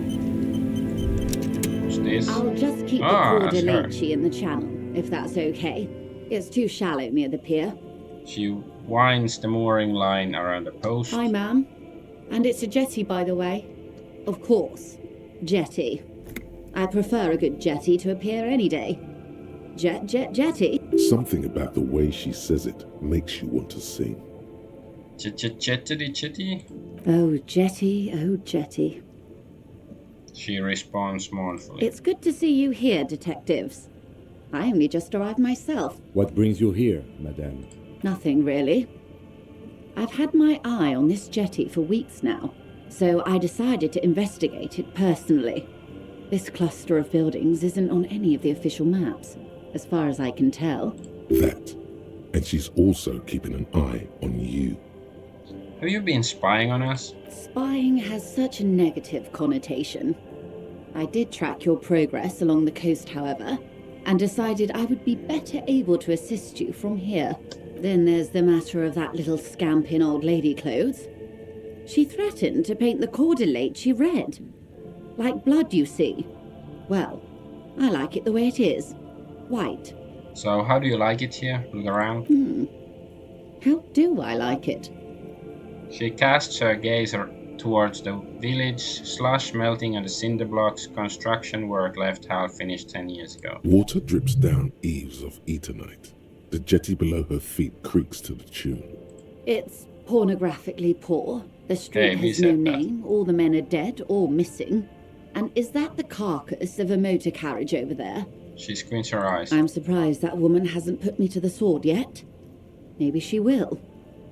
You should ask your questions while you can. Dark eyes survey the coast leading up to Martinez. Dull grey metal rests in her scabbard. A sword. The wind is too loud for her to hear. Fortunately for you, madame, the RCM is on the scene. All right. Politics time. Let's react.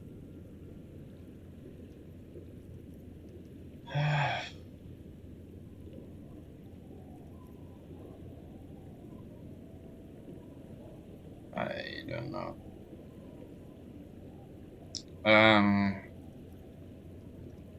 Try not to be scared. This is just how a real city looks. Oh, I'm not frightened, officer. I'd never... She leans against the railing, looking up at the grey sky. Above you, there forms a quilt of altocumulus clouds, twisting into each other. The wind tugs and stretches them over the bay. Their cloud shadows slide over the ruins of Revachol West. Wherever they pass, the temperature drops slightly, but perceptibly. It's early spring, and the rains are coming. An officer enters a low hut of stone and wood. Inside, weapons are piled against the walls. Rifles with splintering stocks, and swords, tens, if not hundreds. They're antiques, says Lieutenant John, the archetype McCoy, to his partner. They're digging them up from the catacombs now, fixing them. Old caches from the revolution. The children carry them up. Come May, the streets will be flooded.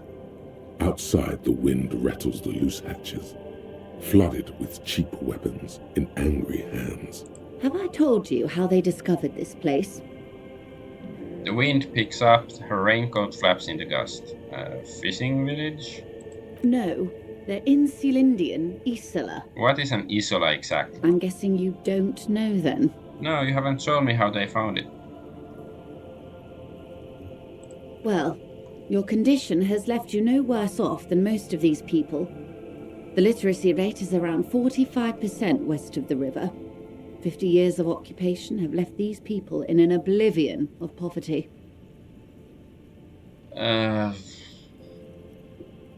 Oblivion, that's so me. I knew you would sympathize.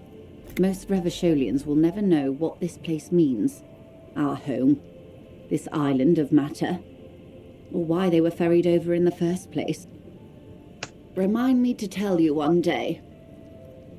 For now, how can I assist you in this new location? Tell me now, we have time. Do we? He glances at his watch, it doesn't look like he does. I hear you have singled out a suspect and are in pursuit. This is cause for cautious optimism. I would not want to delay you. This story she will tell only before she leaves Martinez, at the very end of her stay. Maybe there is something else I can assist you with, while you're hot in pursuit. Ah, I found my badge, by the I way. love you did. She inspects the piece of blue plastic, her eyes scanning from left to right. Pleased to meet you, Lieutenant W. Frater Dubois. I am glad to see a man of high qualification. The situation is precarious. What can I help you with, Lieutenant Frater? Yeah, because she wanted, both of us cops to show her our badges, to, tell us about what she knows about the case or whatever. And now we found the badge. How about you share your information on the lynching, now that you've seen his badge? Yeah. The goalposts have moved, Lieutenant. In the absence of the badge, I have informed my employer there will be a probe. I cannot rescind that promise. To my knowledge, the drivers are still at the roundabout. I will tell you everything I know when you've finished with them. This was your plan all along. My plan is to share information. The only way to do that now is by telling my employers you've kept your end, which I hope you will, because let me tell you, we are in dire waters.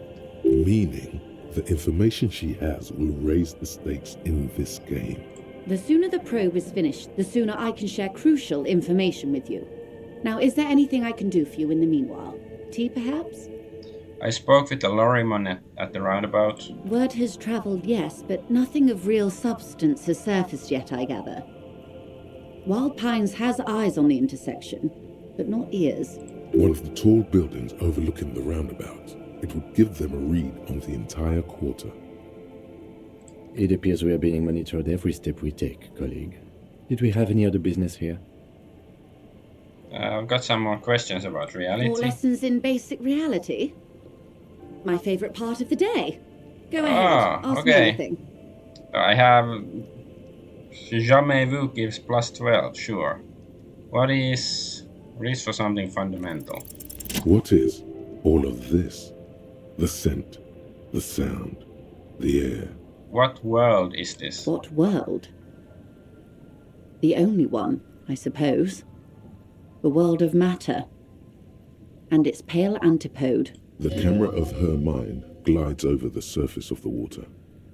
What do you see? Great bodies of water. Forest-covered surfaces. Clusters of light where the cities lie. You've seen the montage. We all have. This world is enough. She concludes. There is a term of endearment they coined for it in the DeLorean century, when humanity was high on this world, discovering more and more of it, these archipelagos included. What is it? Elysium. Elysium, the world needs a term of endearment. It does. There are those who would call it hell. What is hell? A term of hatred that originates, like many such things, with the Mesk petro-fascists. Petro-fascist.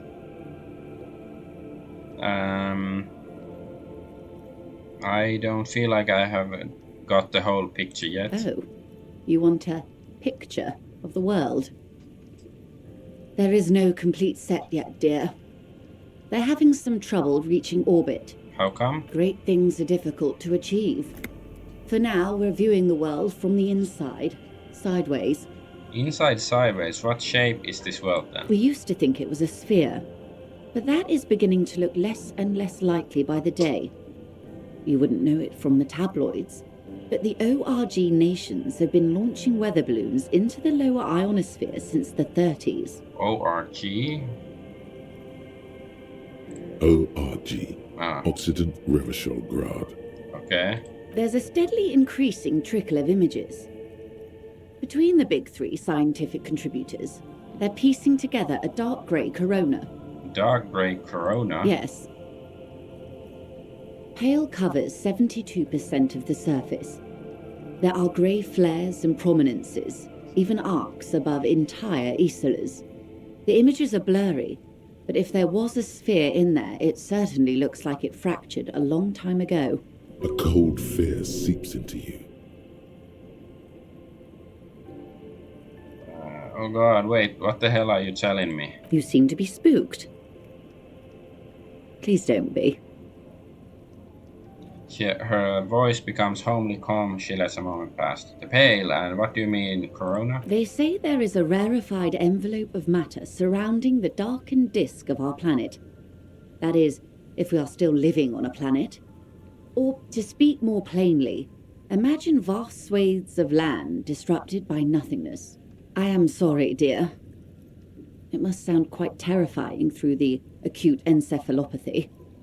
Even scientific positivism isn't entirely convinced about what we're dealing with here. But this is one of the greatest questions of our time. Maybe when they get the complete set together, it will jolt us out of our rut, bring us together, however naive it may sound. A fractured corona doesn't feel like it's gonna bring anyone together. I don't really. Is it like a fractured crown or something, the shape of the Earth, You have misimagined it. I don't have the power to convey to you the effect and geometry of the images that depict our world from below low orbit. It's like the crowning of the world. It's insane. Very disco. You'd love it. If you say it's disco... See? Everyone finds something worth holding on to in this world, however wasted its opportunities. The cold seeps into you. The air is heavy with 80% humidity. Suddenly, you're conscious of yourself standing there, on whatever this all is. Your arms hang down by your sides. The lieutenant observes you both, silently. He adjusts his glasses. What is... you said pale. What is pale? The pale is not, technically speaking, part of reality. Yes. Also, I think we've had enough excitement for today. We do have a case to attend to. Of course, Lieutenant. Let's try something else. Okay, then. The lieutenant glances at you from the corner of his eye. Was he just worried that you would find out something awful? But she wants to tell you, this is not going to happen with the lieutenant present, unless you can convince him to step aside. Glad to have been of assistance. Okay, let's say there's still chance to fail the roll. What can I help you with? Did I actually say? Did say? Okay, quick save. Yes. You're back. Good. More lessons in basic reality? Ask for Kim to step away while we discuss the fail. Is what you want See? to do. I knew he's gonna fail. So that's why you save. You're back. Good. More lessons in basic reality. Good idea. Just ask Kim, him. can I talk to the I ma'am want to see. alone for a second? Fine. He steps away with his nose. See? What can he do? You're a grown man. Now, what is the pale? Are you sure you're sure? Your colleague seemed adamant. Yes, what is the pale? Okay. The pale is the most dominant geological feature of the world, Detective. The separative tissue between the islas. It is the interocellular mass. Wait, and what is an isola? Isla is a Messinian word for a continent of matter, enveloped on all sides by the pale. Also, isolation, or landmass. We used to believe there was only one. In the last 4 centuries, we have discovered 7. Windy, Seol, Samara, Ilmara, Grad, Katla, and this, Insulinde. An insulinde is... An oceanic isla. It comprises mostly of water. Muindi is the largest, Katla the coldest, Insulinde the bluest. What can I say? Each is perishing and dear. Okay, what is the pale like? Achromatic, odorless, featureless. The pale is the enemy of matter and life. It is not like any other, or anything in the world. It is the transition state of being into nothingness. The negation of being. The negation of... That's right. The negation of being. She tightens her hood around her neck. It's cold outside. Is it here? Look around. No, Detective. We're safe. It begins there, 6,000 kilometers to the north, and even more to the south, east, and west. You are in the middle of the Isla. As your gaze instinctively turns north, a small black pit opens up in your stomach. 6,000 kilometers from the end of the world? Yes. That is enough. Many cities are built much closer. And point north, there? An uproar of matter, darling. Rising into the pale. Rolling. Evaporating even. A great vision.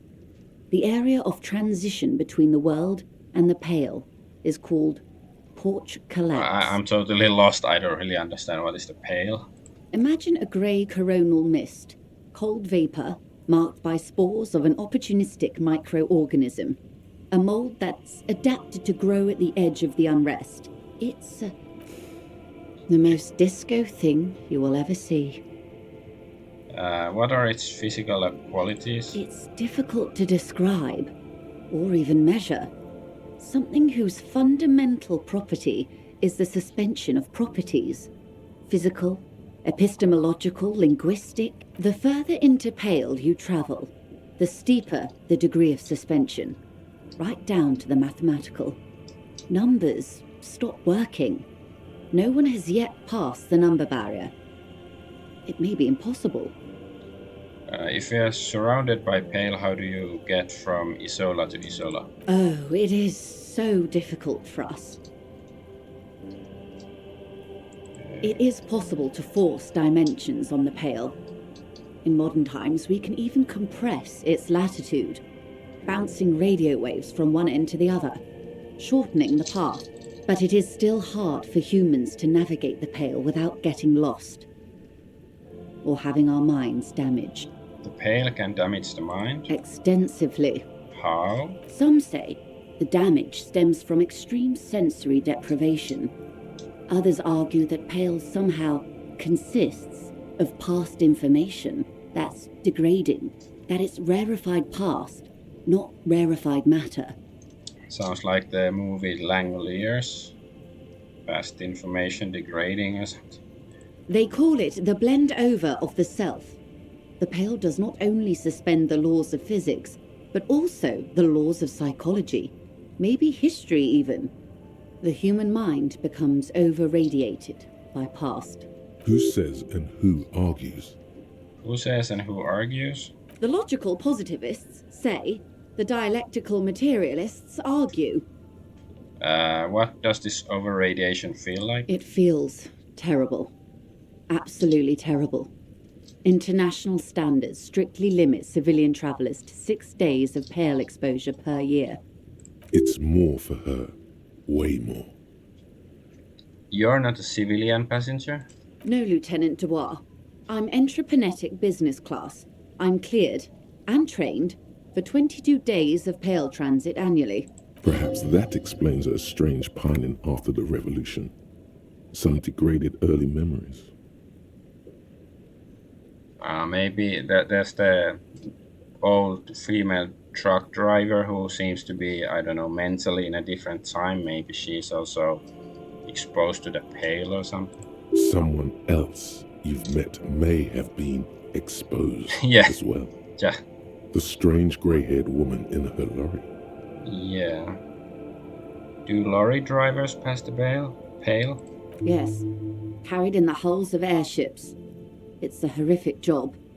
Automation will abolish it soon. You should ask the Pale driver about this. See what she says.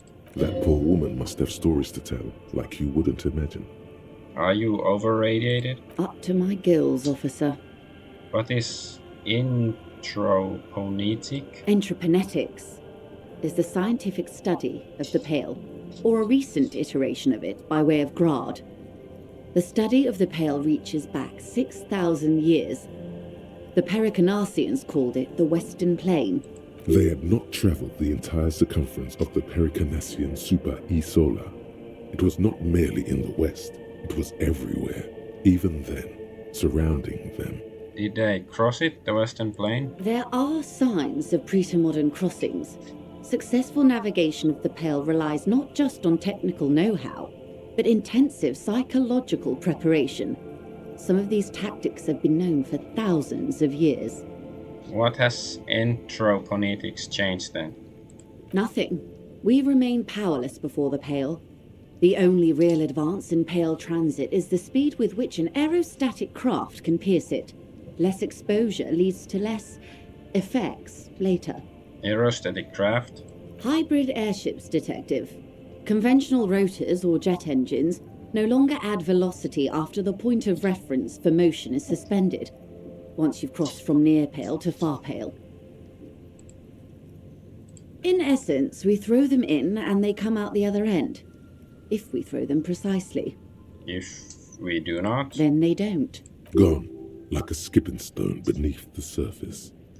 How much Pale is there compared to the world? The Pale outweighs reality 2 to 1. There is more Pale than there is matter, and the ratio is slipping. Slipping how? To our detriment, or? What do you think, Detective? It's growing, there's more and more of the pale. Precisely. One of the few measurable effects of the Pale is that it is expanding at an unknown rate. An intuitive conclusion of that development is that one day the Pale will cover everything. But this sort of talk is mostly left to extremists. Okay, it's like the never-ending story. Was it there, like, the fantasy world is being consumed by some, nothingness, evil force?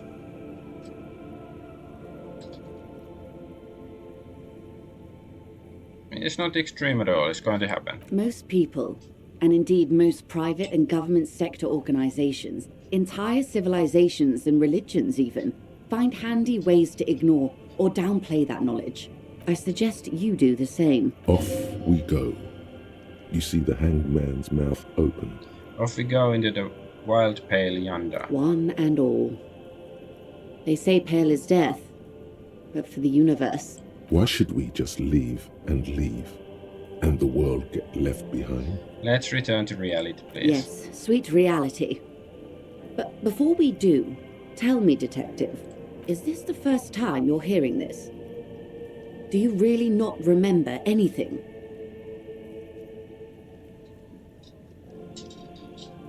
I sometimes sense the vague shadows of the past, and it's not good. Then tell me, what do you think of the Pale?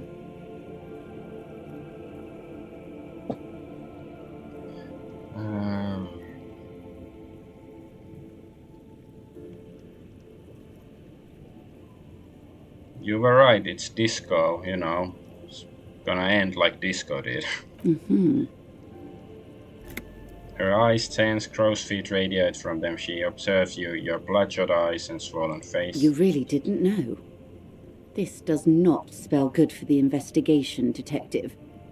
If you don't know even this, then... She stops mid-sentence. This investigation will be my masterpiece, the one they remember me by, I promise. I hope so. I truly do. If I may suggest, hold on to your colleague, Kitsuragi. I ran a check on him and he is very competent. In the meanwhile... Some of that assurance is meant for herself, as much as it's meant for you.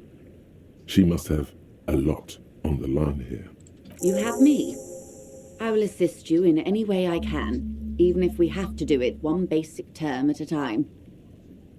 She gives you a slight bow. Good. You have not passed out from it. Perhaps I worried for nothing. Are we still on the reality lowdown, or should we do actual police work now? That was fucking insane, Kim. Yes, well, the rest of us have dealt with it for thousands of years, so... He looks around, a little uncomfortable now. You will have to deal with it, too, the lieutenant thinks. This is why I didn't want you to know. Alright, let's get to work. Good luck, detectives.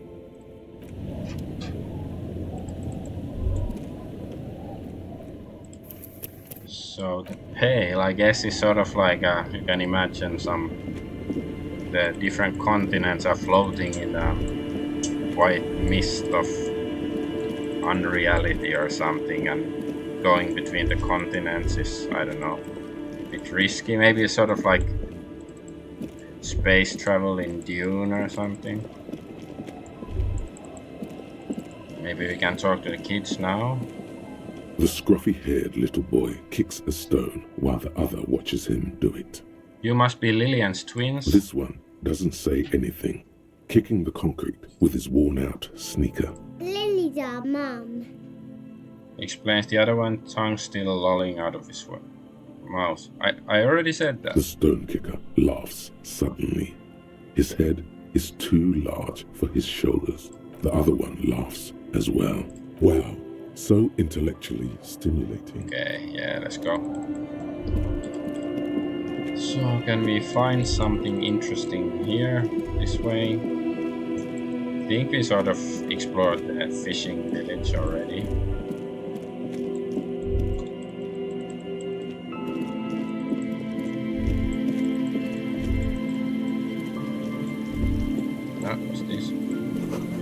Water runs from the west. Source is upstream. A broken pipe. Oh, there's something here. Money, lots of money. The rear tire of a motor carriage adorns the reeds. What was this? A snow-like banked sand, an unsuccessful model. Winter, slow to let go of Revachol. Flecks some more wet snow from above. Look around. The snow falls lazily, making the beach sand paler still, mixing with the rust-colored sewage runoff. And to think, it seemed as though it were already spring. How does it feel? The melting snow seeps through your thin clothes. Grandmothers don't let their grandchildren out dressed so lightly in this weather. At least your hair is protected from getting wet and sticking together. You look around. Okay, what's in the west? More winding coastlines lined with abandoned buildings. Crumbling piers, salt water lapping at their dark piles. Maybe I won't red, forgotten city blocks. What play remains of the pre-revolutionary effort to gentrify the coast. Like have the narrator read everything out beyond that. The waters turn black. Coal city in the shadow of San Martin. No more. The coal was supplanted by petroleum from the ocean floor and hydropower from the Esperance. Below the old mines, L'Océan Municipal, Revachol's underground cemetery, La Petite, where the Philippian kings were interred, with their doctors and their admirals. Mausoleums, burial chambers, leaf gold still, children under 14. They go underground, looking for artifacts to sell to foreign museums. They go deeper, deeper. After rubies, melchiorite, lapis lazuli, plundered from Safle and Seol during the time of the suzerain. 2 kilometers underground. The mausoleum contains untold quantities of gold, and that's special. How can it be pure if it's magenta? How can it be pure if it's magenta? Snow falls, and there is no answer. Some things are not for mortals to know. Wipe the snow from your shoulder. Few Petira return from the shafts. Even fewer find what they're looking for. All around her, white snow. What's in the canal you crossed to get here and beyond it. It's Martinez. So, someone is scraping snow off their wing, like all monuments. It's also a fenced-off yard. I don't really want to spend too much time on just, looking around. The windows of a clean, the abandoned church. One of 2 remaining stave church, a serpentine strip of land weaving its way into the Martinez Inlet. Unfortunates on the run from the islets. The remains of a camp on a jagged piece of rock, a tent, old dishes and cutlery. Further out, the lights burn bright on Resurrection. Okay, on the other side of the inlet. Then there's Ozon, but the snow falls. Before the curtains are drawn. The Bay of Revachol, vastness, great depth, over 12, and at the farthest reaches of the Bay of Revachol, the raised motorway, 881, separating Martinez from Jamrock. Vehicles whoosh past one another. Was once a park. A place for reflection and recuperation. There's some hospital in the south. The pox is completely wild now. Evergreen thickets. Feral dog sounds like Resident Evil. Heavy drug users do slip through and hole up in a line of motor garages with armored carapaces hunched in the cold.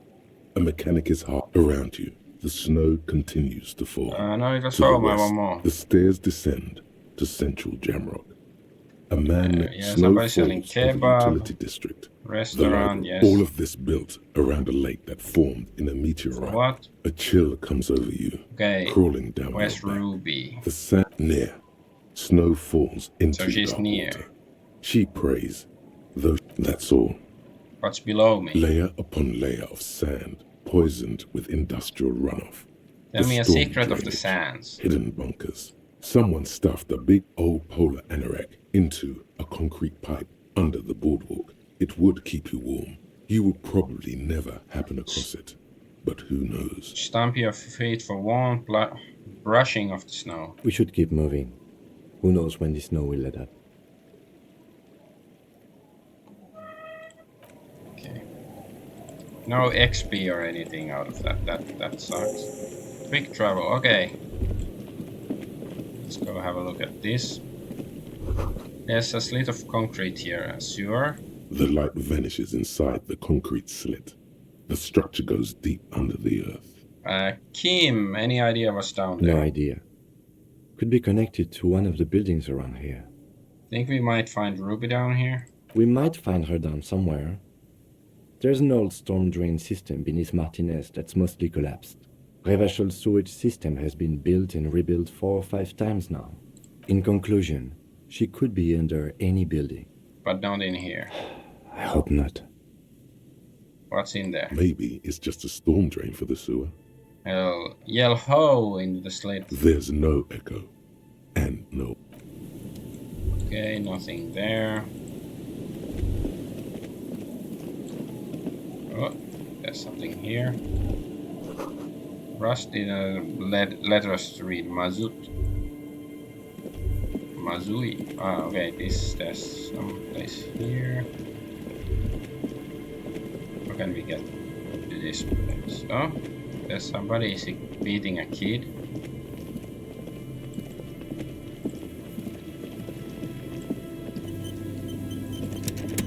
What's this? Is this the church?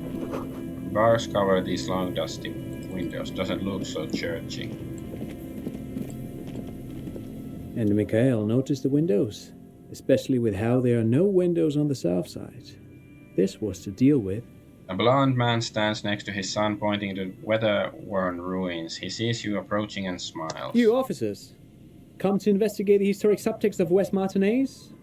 I'm Khan Hailostan. You must be Kim Kisuragi, right? I was just telling my son about this building. Not a lot of people realize the historic significance here. Very rich in hypertext. Nice to meet you. Hold on, hypertext? Yes, hypertext. Young Carp and the collection of cultural hyperlinks. Wait, what was that about the windows before? Oh yes, so Mikhail. They had to deal with monitor glare, especially in the summer. They still had vector monitors back then. That was 49 years ago. So they didn't have windows on the south wall. You and Kim know each other? No, I can't say that we've met before, but I've heard of Kim, of course. Mikhail, say hi to the officers. He rests his hand on the boy's shoulder. The child stays hidden behind the hem of his father's coat, clutching to his worm-themed coloring book. Mikhail's a little tired today. We spent all night trying to run Orbis on his radio computer. Have you heard of it? It's a programming language used in Grad. Quite tricky, but he wanted to play this Grad-made adventure program. We've been getting really into verbs lately. The man speaks in the artificial cadence of a professor, or someone who's been on too many radio shows. But I assume you're not here for giant worms when there are so many real things to see. Just as I was telling Mikhail before, this is where the Coalition landed in 08. We could be standing on what is the most interesting landmark in Revachol West. He points to the building again. This man is your half-brother. You feel it. But why? Well, get a load of this guy. He really enjoys his trivia. The Orbis programming language was named after its inventor, Victor Orbis, a cybernetician from Grad. They run Vox in the Occidental countries.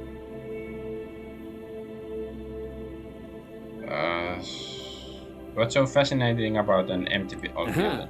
But it's not just any empty old building. He raises his hand from his eyes to shield himself from the freezing snow. All four of you turn to admire the mural before. What not a lot of people know is this used to be the R&D department of Felt Electrical. And Felt, which now sells ink cartridges mostly, was once a top dog in the turn-of-the-century cybernetics boom. Hold on. What's R&D? Wait, what's an R&D department? Apologies, it's an acronym for research and development. They don't use it anymore.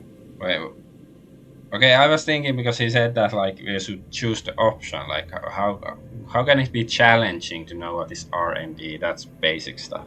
You're probably more familiar with RTD, research and technological development. Or maybe in this world R&D is not that common then either. Mea Kalpa, you are not familiar with that one either. This man is a bookhead. Look at the building looming over you. It looks old and weathered, with seagulls picking apart its stone and metal carcass. Bushy undergrowth has taken hold of the collapsed rooftop. Some kind of bird has set up a nest on a broken windowsill. I don't think I've ever heard of this Feld Electrical. That's not surprising. Only a vestigial ink cartridge and ferrotape manufacturer remains. He adjusts his suit jacket. They started out as a midway electronics outfit in Königstein 2 centuries ago. After an aggressive move to Revachol, Feld became a global player in the emerging personal electronics market of the pre-revolutionary era. Still, Tricentennial was beating them in business machines. But Feld had an ace up their sleeve, or should I say they were developing an ace up their sleeve. I'm mixing my metaphors here. What was the ace? It was here in Martinez, possibly in this very building, that they developed prototypes for a tape computer. A tape computer? An elegant folding mechanism of rollers and ferrotape ribbons, portable enough to be a take-it-home solution. Revolutionizing business machines, possibly even bring them to the average consumer, which is a feat of engineering even today's giants, Rehm, ICN and ZAM, haven't achieved yet. He grins, admiring the sentence he just produced. What happened? Indeed. What? The revolution! The boy wipes his nose on his sleeve. Unfortunately, their moonshot project never made it to the market. Feld's move to Revachol backfired. The revolutionary government liquefied their assets and expropriated those very advanced prototypes. Possibly from this very building, or one of the adjacent ruins. He pauses, pointing to the other building, then continues. All of this was built by Feld, even the boardwalk. Wild Pines built Martinez proper as a resort for their middle management. Feld built this side of town for R&D.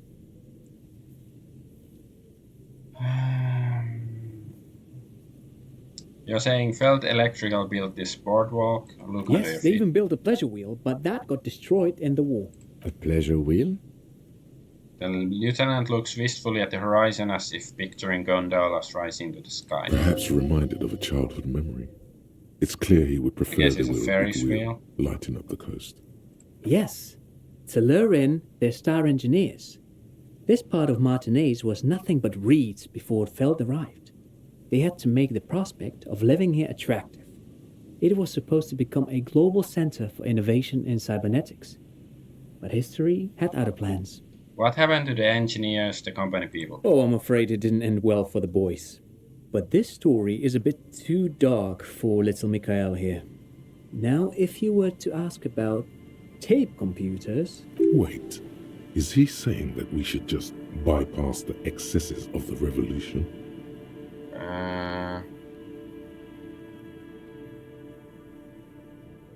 Yeah, just be an asshole. Hey, he means they all died at the hands of the communists. Officer, I told you this chapter of history wasn't on Mikhail's curriculum yet. Let's keep this kid friendly. The boy looks first at you, then back at his father. What did the Confused. revolutionaries do with those advanced tape computers? They used them for military communications, but also to write and send out press releases. The most notorious example being Le Décret de Mars. What's that? What's the Mars Decree? I mean the radio transmission sent out to news agencies and world governments by the newly created Commune of Revachol on the 7th of March in the year 02. A short-lived legislative foundation for a short-lived utopia. It's a beautiful piece of text, actually. A singer-songwriter I know, Charette, called it a love poem to Revachol on her political concept album, Bon Baiser dans ce Lind. You should read it. Every local library in Revachol stocks a copy of the decree. I tried to get Mikhail to memorize it. Tried to. Someone was much too interested in worms to be paying any attention.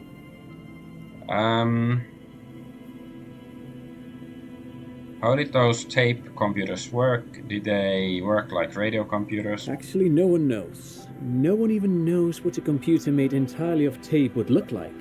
But word has it, they were very elegant, exquisite, alien-looking turn-of-the-century hardware. He raises his finger, remembering something. Buckle up. 10 years ago, I did a little freelancing, I guess you could say.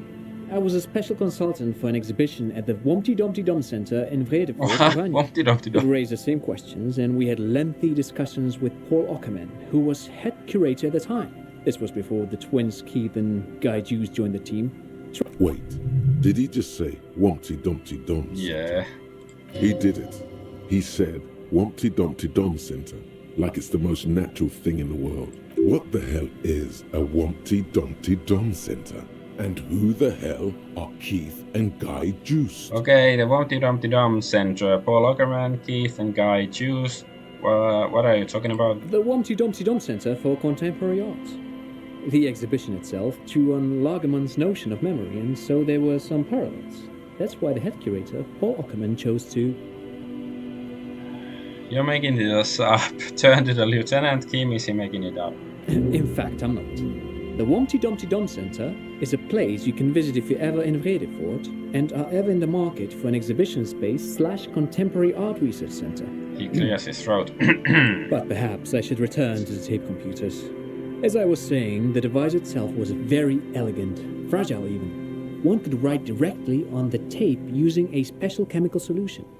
The machine would then analyze the handwriting, perform operations, and project output onto a white screen. It was a beautiful, delicate thing. Made of black film and folding tape structures.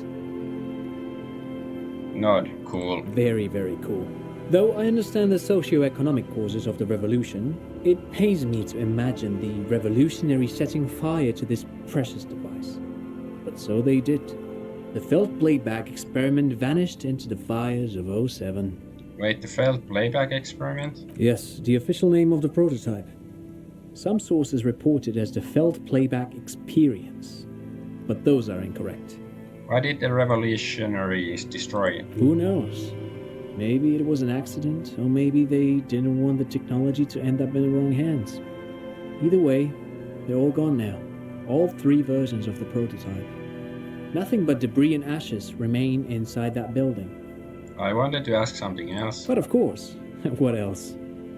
I'm looking for a suspect. Have you seen anyone suspicious around? No, I'm afraid I can't help you with this one, officer. It's just a regular day off for me and Mikhail here. He pats his son's head. So you haven't seen anyone around? No, I'm sorry. As I said, this is just a day off. We just arrived anyway. There's something friendly and familiar in how he says that. A day off. He's telling the truth. He hasn't seen anyone. I wanna... No, thanks to you for having me and little Mikhail here to pick your brain. A very interesting conversation indeed. Pick your brain? If anything, this was rather one-sided. He did the talking. Whatever. There's the shoes. These indirect modes of taxation shoes. Let's see if we can get more money out Hello of him. again. Actually. You look like someone who has money. Do you have any money? I do have some money, yes, but that's not what's really important here. He brushes it off like it's not a thing at all. No, I mean, come on. You need the money. If it's not a thing, he can give you some. Could I have some of that unimportant money then? Oh no, I don't have it on me, officer. I was talking in more general terms. He looks uncomfortable, his left hand squeezing his son's shoulder. I'm just spending time with my kid here, showing him around the lesser-known parts of our hometown. It wouldn't be wise to carry huge amounts of cash on such expeditions. Not that he would have to worry about being robbed. He looks surprisingly buff. Does he work out? By the way, do you work out? I do some Lomantang stick fighting now and then. Lomantang? Is it like Thai boxing or something? Lo Mantang stick fighting is a form of martial arts originating from the island of Lo Mantang.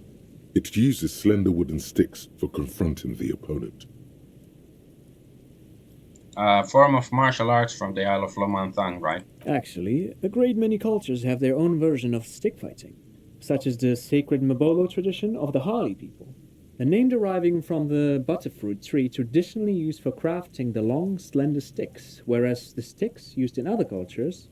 You doze off as he paints you a comprehensive picture of the history of stick fighting among mankind, seasoning it with unexpected pop culture references. Man, he's good at speaking. People must love him. But anyway, I'm boring you with details again. You were saying?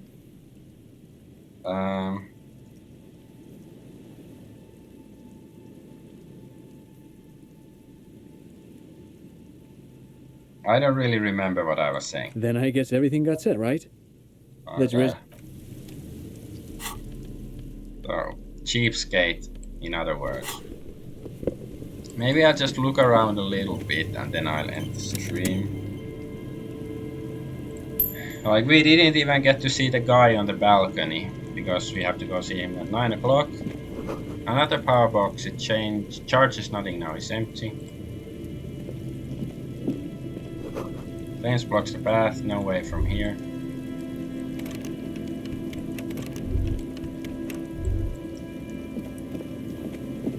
You see a once bright mural towering above you.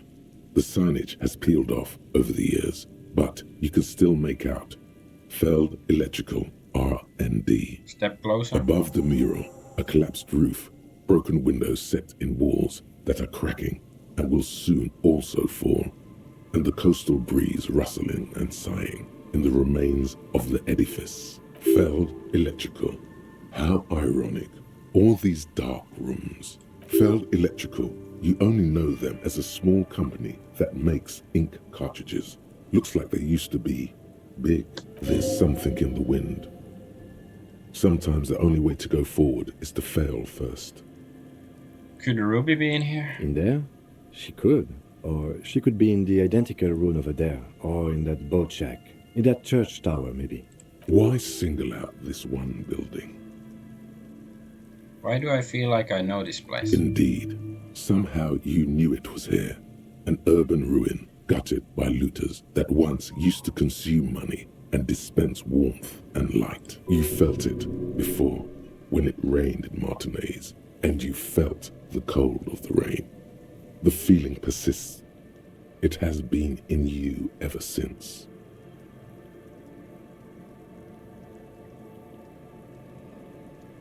I'm just gonna try it.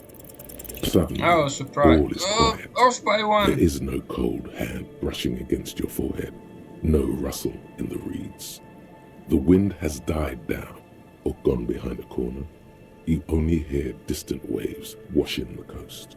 What was I even attempting to do here? Trying to talk to the wind. The city, whatever you thought would happen, did not. And now you're just standing there with your hands fallen to your side. Is trying to talk to the city something you've done before? Is it in your secret repertoire? A trick for when you're out of ideas? A prayer of sorts? To Revachol. Turn to the lieutenant. She could be anywhere. How do we find her? How do we? I was really hoping she'd be in the village. Okay. She's probably north of the village, and this place is a peninsula. I think there's people west of here. We could ask them. He looks to his right and cups his ear. Indeed. You hear what sounds like two men arguing where the lieutenant is pointing. And then there's the church. If I were a murder suspect, I would not hide in the most prominent building here. But who knows? Maybe she's reckless. Or spiritual. She could be looking for refuge. Anyway, we do it the old-fashioned way, sector by sector. Go over the whole peninsula, ask the locals, enter the places where we can enter first, like we did in the village. And what if it fails, if you don't find her? Then, if we're desperate, we can look where we can't enter. Bunkers, storm drainage, displays. I'm sure it won't come to that. He looks behind him at the dark red box crumbling across the chasm. Walk the coast, the old boardwalk, the reeds. You can always come back here and talk to the wind again. Look where it already got you.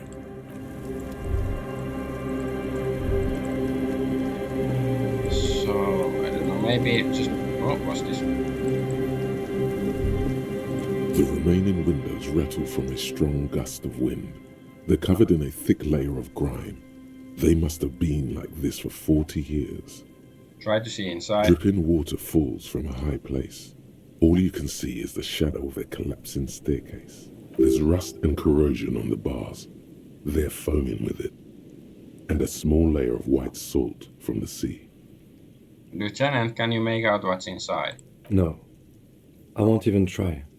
You know, He takes his glasses off. I had a partner once. They called him Eyes, because he had to show me things. It's that bad.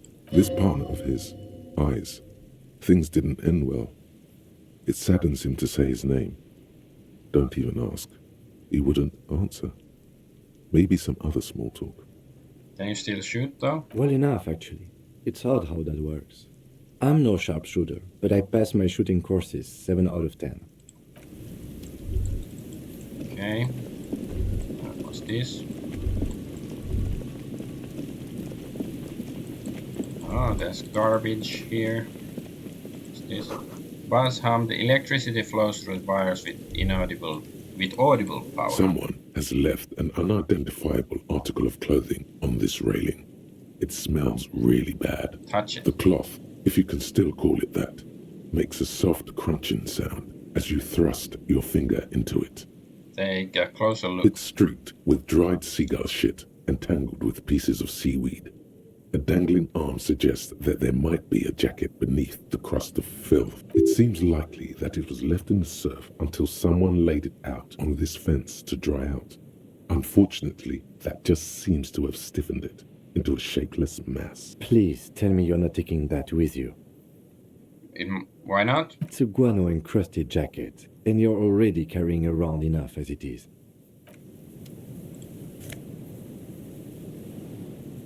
Filthy jacket.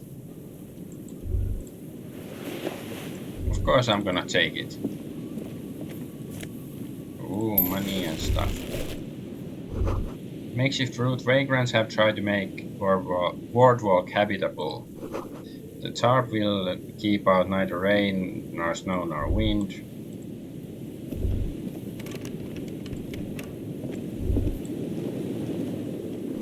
A coin-operated weighing machine. Has it been used for a decade? Ooh. Encyclopedia glasses. Megabinos prescription lenses. Vagrants have recently painted tarp red. Water drips from it. But yeah, this game, like, you know, it travels so slowly, like, there's so much dialogue, and it's nice, like, dialogue is quite comprehensive and, like, quite deep often, but it really sucks your time. Like, you know, you just wanna advance in the story, and nope. And, you know, it's not bad, like, you know, I'm not bored by it or anything, but it's just, you know, it takes so much time just to, you know, get anywhere in this game. Big wine canister is open and empty.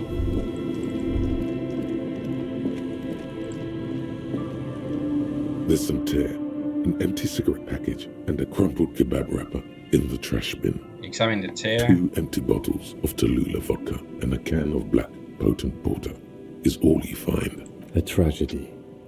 Lieutenant looks in the can, eyes watering from the smell. He shakes his head with genuine sadness. Examine the cigarette package. Whoever tossed it here was a heavy smoker.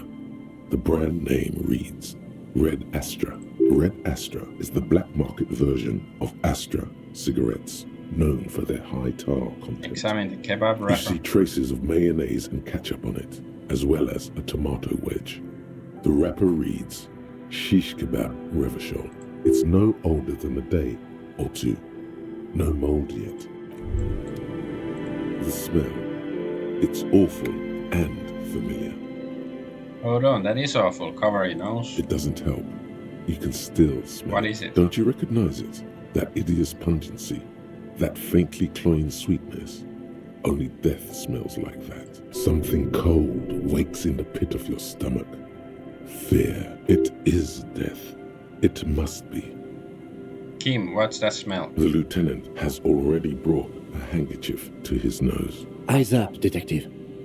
Something's not right here. Maybe it's her. You know, Ruby, maybe she's dead. Be careful there, these floorboards look rotten and weak. Or is this guy dead? A man lies on the boardwalk. Ah, okay. His limbs bent and neck turned at an unnatural angle. Right next to him is an empty bottle of spirits. In his cramped hand, a chewing gum wrapper. Half of his body has slipped between the cracked boardwalk. I thought he was Starting just with the right sleeping leg, like a The drunkard or fall something. has left him broken, contorted like a sad puppet. Hold on.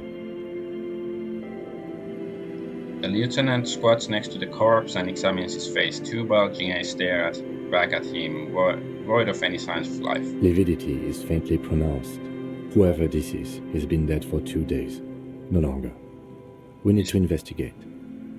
He stands up and shivers as a gust of wind blows through his bomber jacket.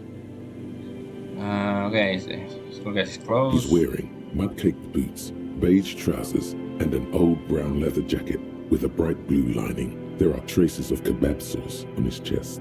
Search his You pockets. find some sunflower seeds and a rain-soaked library card folded into two. His jacket feels sodden and heavy under your hand. Good. We should take a look at that library card after this is done. Study the man. The man has fallen through a crack in the boardwalk and hit his head against the metal bench. Coagulated blood covers his black hair. One of his feet is still dangling through the hole. A bad fall. It might have been dark outside. This place is a minefield in the dark. Examine his His face. expression is dull, like the sea behind him. Drops of water shining on his mustache. His eyes, empty and wide, look frightening in their frozen gaze. Height, 170 to 175 centimeters. Curly hair, stout build. Age, approximately 50 to 60 years. He was confused when he died. Confused and alone, most likely. Overcome with the awful surprise So of I it guess all. it was an accident. Studied his There's some surroundings. dried blood on the metal bench, right where the corpse's head rests. The floorboards are rotten and slippery wet around the hole. An empty bottle lies nearby. A chewing gum wrapper is clutched in his fist. Okay, examine his A head. dried chunk of blood covers the hair at the back of his head. An open wound.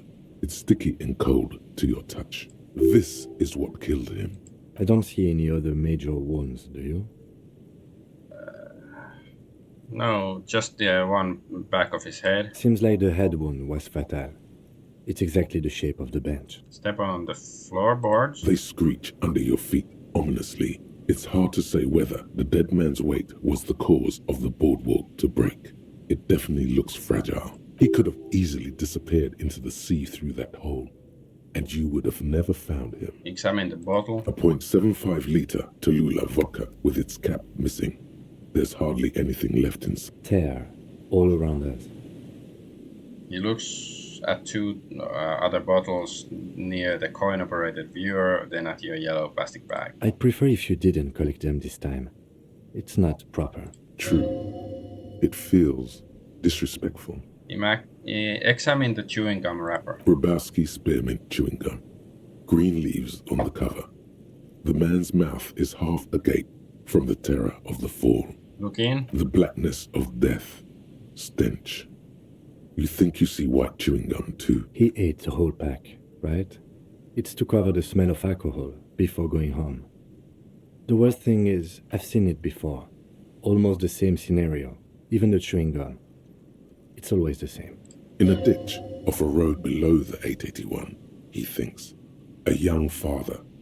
Then he shakes his head to make the memory stop. Step back. The entire boardwalk creaks in the wind as you take a step back. Who's this man? Looks like one of the locals. He'd have to know this spot to come here. You don't just walk over here. He looks south the way you came. That's just a lazy assumption. What do you think? This is an omen, a sign from above. Don't start drinking again.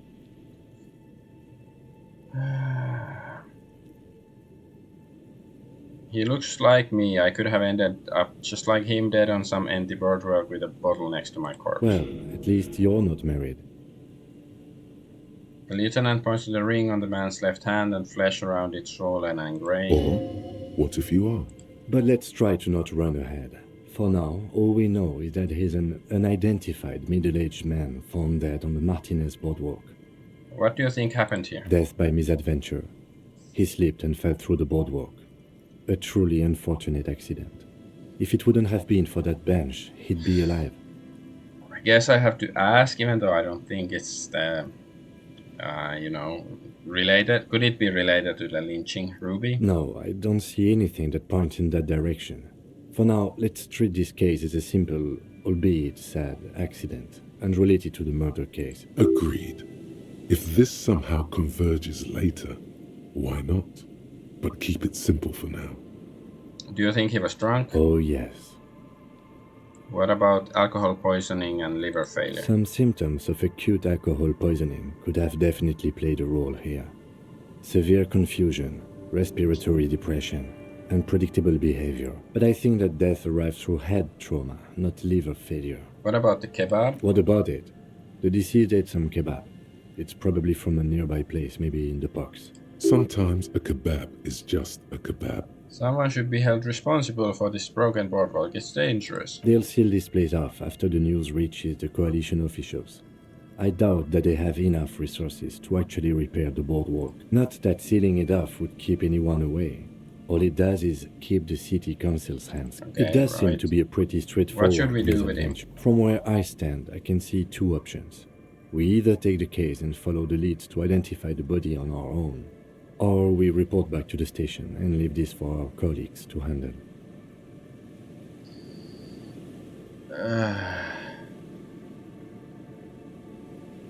I still need some time to decide how I want to solve this case. Like, just, you know, my common sense is like, yeah, just, you know, leave other cops to handle this case, but it's like, you know, who knows, maybe it is related to something, like, especially you should have, if there's like this sort of stuff. Hold on, how about a field autopsy? A field autopsy isn't necessary if the cause of death doesn't appear to be criminal, and this looks like a simple accident to me. I'd say we should just write down head trauma and leave it at that. Let's keep this detour as short as possible. The sooner we get back to finding Ruby. Yeah, you're right. I don't see anything criminal here. Let's leave it at that. Good call. But I still no need to rush. Leave it like that. Let's have a look at this. Coin-operated viewer has been out of order for years, so there's nothing else here. Listen to it. Nope. We have the library card. The library card is folded into two and still slightly wet to the touch. The front side reads, Central Jamrock Public Library Card, issued to Billy Mejean, expires July 53. So Billy Mejean. Billy is a unisex name. Could be the deceased, or his family member. Look inside. Whoever owns this card is an avid reader.